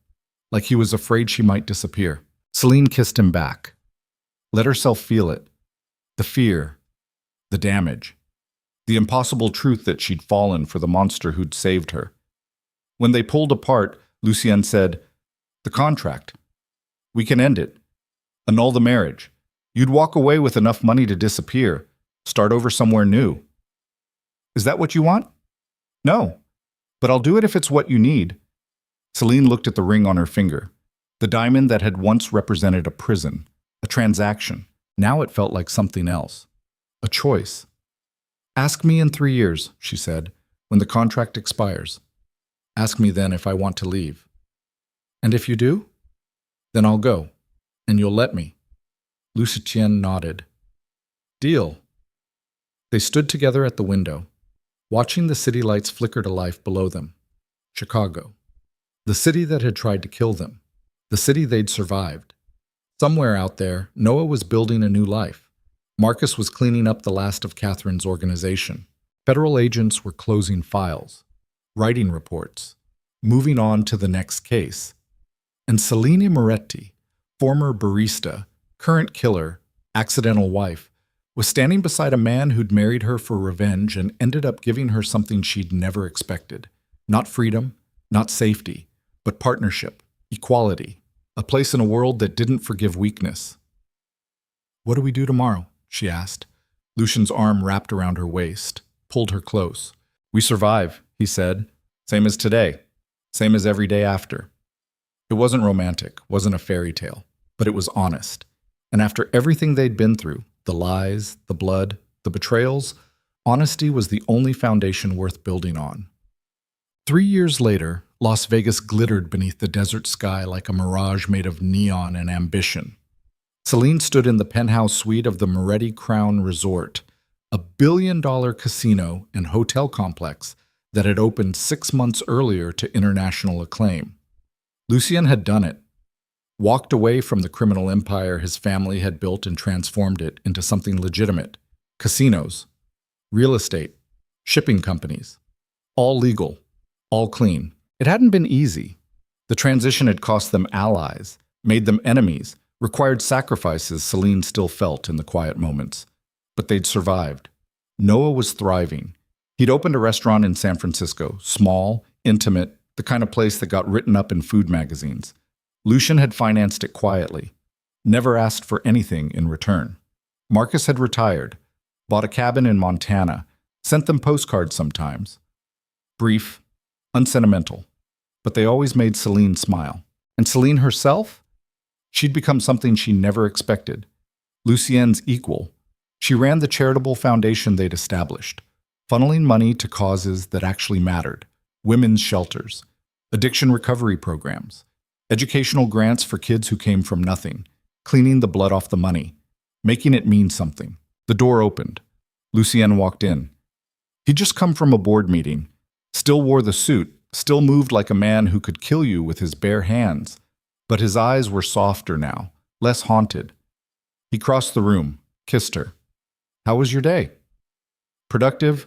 The scholarship program got approved. We're funding 200 students next year. Good. He loosened his tie, poured himself a drink. I got something for you. He handed her an envelope. Celine opened it. Inside was a single document, an annulment agreement signed by Lucien, dated today. The 3-year contract had expired. She was free. Celine stared at the paper, the same paper she'd expected to receive 3 years ago, the paper that would let her walk away with her life and enough money to disappear forever. Her hand trembled, not from fear, from the weight of the choice.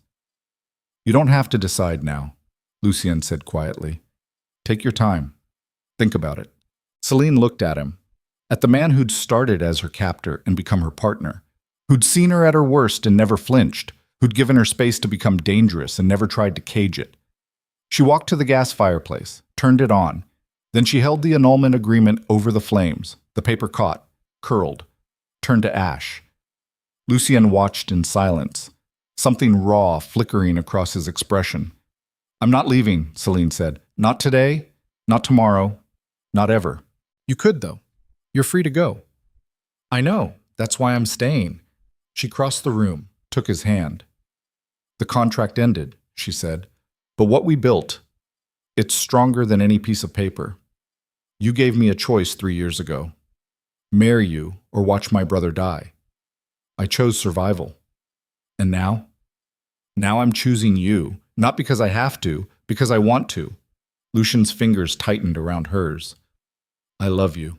I know, Celine smiled. I love you too. Took me long enough to figure it out. Better late than never. They stood together at the window, looking out over Las Vegas, the city of second chances, of reinvention, of people running from their pasts and building new futures. It felt appropriate. Celine had walked into a mobster's office 3 years ago with nothing to offer but her life. She'd been terrified, desperate, willing to die to save someone else. Now she stood as an equal partner to one of the most powerful men in the country. Wealthy, dangerous, alive. The journey had cost her innocence, cost her sleep, cost her the person she used to be. But it had given her something worth more than safety. It had given her strength. And in the end, that was the only currency that mattered in a world built on violence and survival. What do we do now? Lucy Tien asked. Celine thought about the question, about all the ways they could answer it. They could build more hotels, expand the empire, become untouchable. They could disappear, fake their deaths, start over somewhere no one would find them. They could do anything. We live, Celine said finally.